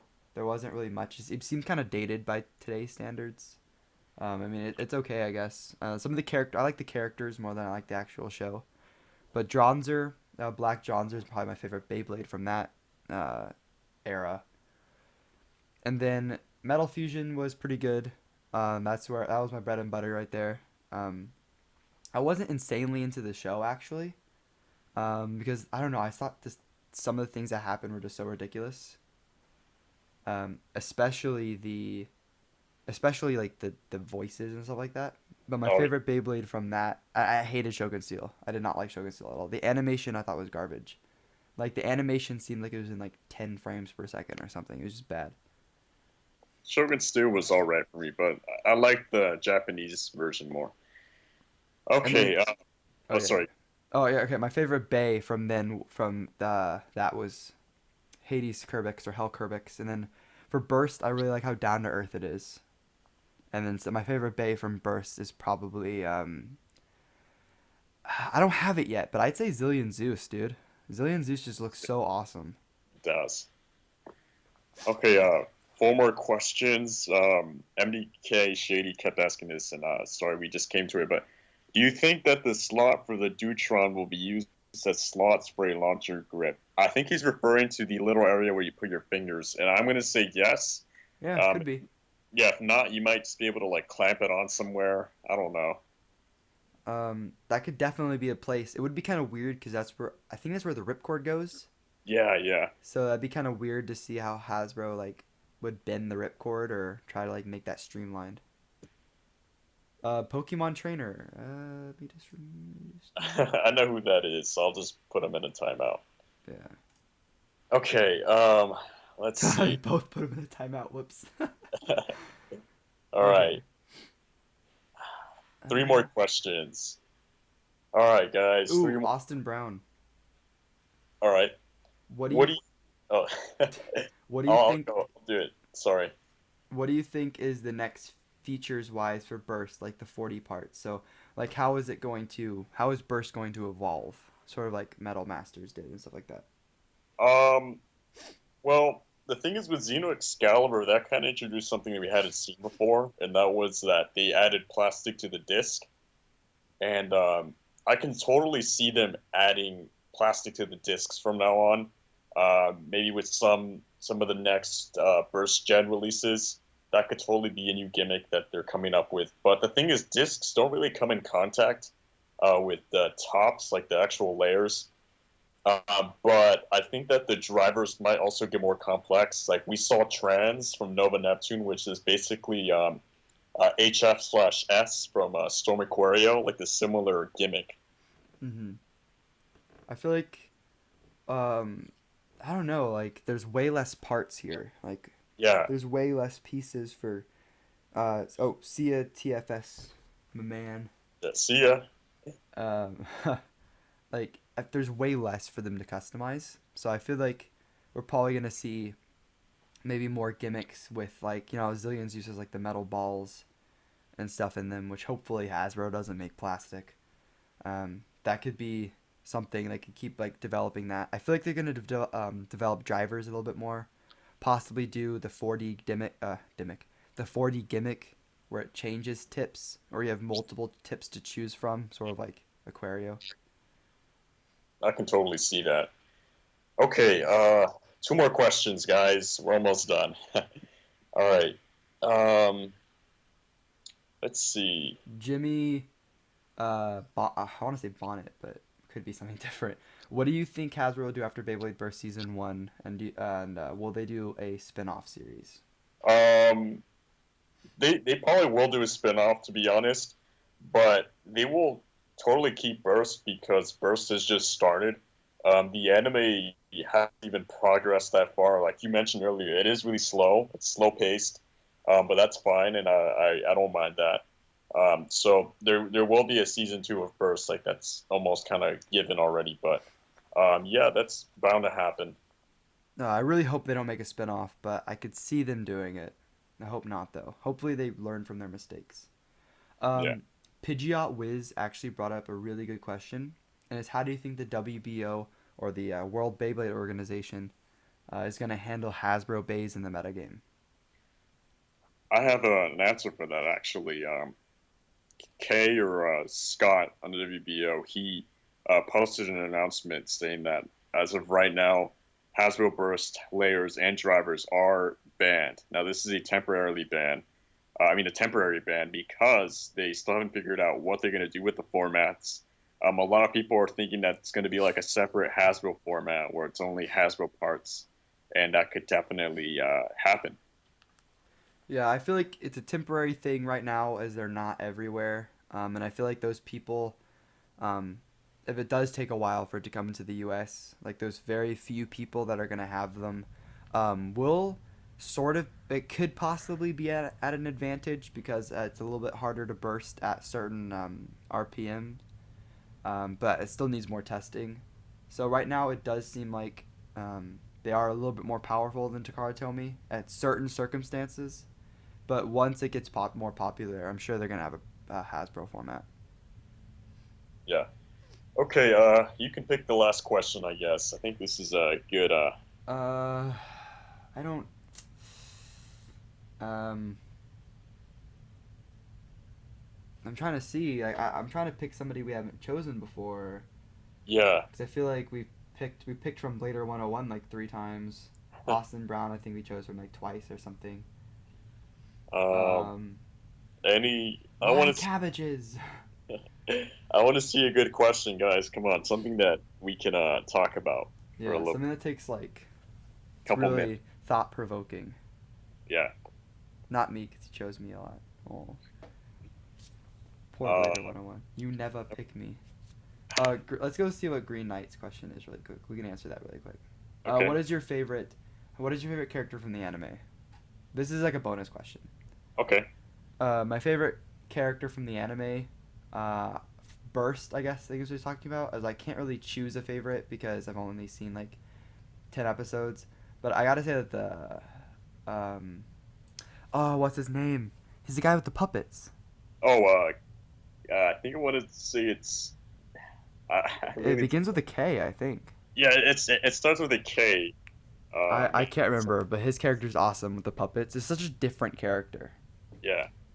My favorite would be Shu, 'cause he's like that like hardcore professional kind of guy.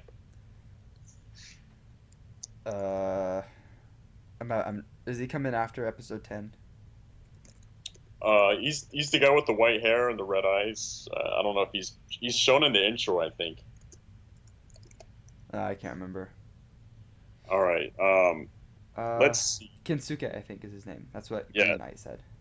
Somebody add like a final question that's pretty good. Let's see. All right. Okay.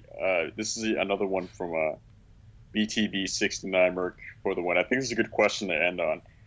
Where do you think Beyblade's future will go? All right. Well, if we see Beyblade as a whole, I definitely think that with the burst hype, people are gonna get into it. People from the past, new people, and it's overall just gonna grow. I think, and because of that, I think everybody's gonna enjoy Beyblade a lot more because it's active again. And I just see a positive future, but I am worried that like Metal Fusion, it did die out eventually, and I think it's bound to happen because it happens with every generation. There's like a big spike of interest, and then it kind of dies out, and then it spikes up again. I feel like it's gonna be sort of a repeat of what happened for Metal Fusion.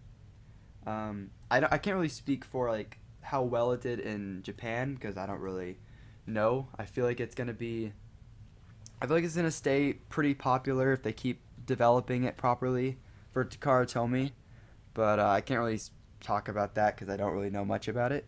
But for Hasbro, I feel like Metal like their first season is gonna be really like, gonna be a blowout success probably.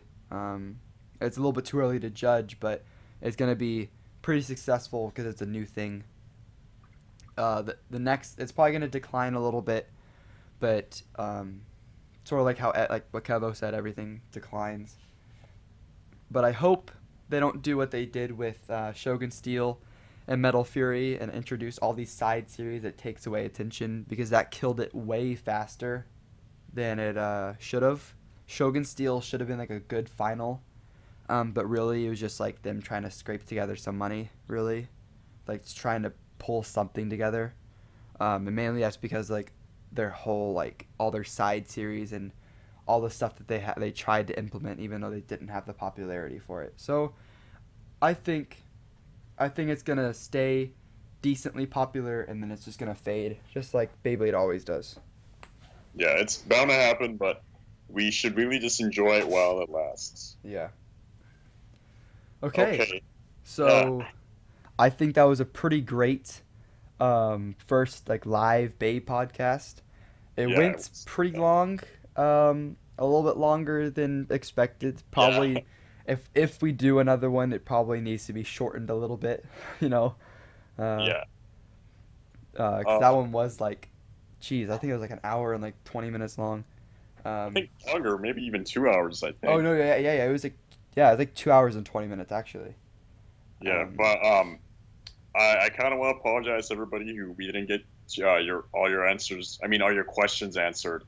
But we did our best, and I want to thank everybody who attended, especially like Tris. I know he showed up. I haven't yeah, seen him that in a was while. I haven't seen him in like ever, dude. That's pretty Yeah, crazy. dude. Like Tris wants to for Beyblade. A lot of big people showed up. Enderblader, Yeah, that uh, was exciting. Hado was here doing pretty great moderating. That was pretty awesome. Yeah, and And yeah, thanks everybody else for the support. For giving us questions to answer. We had, I think at our highest peak, we had 50 people watching. When we only have 30 now, which is still really impressive, I think. especially when they have school tomorrow and there's different time zones. Oh And it's yeah, we 9:48 right apologize. now. Yeah, we apologize for the late stream. Yeah, It's really kind of a scheduling yeah. problems. This took a long time to set up. Yeah, but we'll be sure if it does. Somebody asked if it was going to happen again. Um, this first experience was exciting, and I'm glad we did this. But I do want to do it sometime again if possible. I don't know, maybe when I get another. Yeah, scheduling is gonna get pretty tough because you are starting school soon, Yeah, again. Um, but also I think at our peak we had 64 at our peak. That was the highest number I saw was 64, which is pretty crazy. yeah, okay, Um, yeah, but I'm down to do this again. If not live, then just something recorded quickly. yeah. Sort of like a quick one, because live does take a lot of time. It But does. yeah, thank you to everyone that joined and is still here. I think a lot of these people have been here for like a long time, actually. Yeah, so Like I remember seeing Earth in the comments here, like 20 minutes after we started. yeah. And also a big thanks to everybody who stuck around, and sorry to you guys who just showed up. You could always just go back, rewind the stream and watch it again. It's probably gonna take a little while to upload, but it'll be up by tomorrow. Sweet. So thank you guys for joining, as we already said. Pretty great first live Bay podcast. I hope to do more in the future if there's enough news, because I'm not sure when we're gonna have 2-3 hours of brand new news to talk about again. But hopefully schedule works out and we can do it again. Yeah. Also, thanks for having me on, man. I appreciate it. It was an honor to Yeah, be man. here. And also, if you guys aren't familiar with my channel, I am Kevo on YouTube. Oh You yeah, can, definitely go check them out.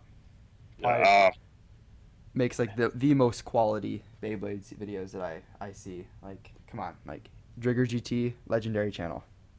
yeah. I run that channel, by the way, so you also check that out. I try to upload as much as I can. It's hard to manage time, but yeah. So yeah, go ahead and check that out, and also, of course, check out Ilinnuc because he's also here now, and it's been awesome having him return in the Beyblade community. hmm So we'll see you guys next time. Kevo, I don't think you do, but do you have like a special like signature like goodbye, sort of like me? Uh, Not really. It's usually just like, don't forget to like, comment, subscribe, and until next time, guys, see ya. And then that's it. Yeah. All right. I'll do that. That was yours. That was your goodbye. So Yeah. it's like, have fun and bay away.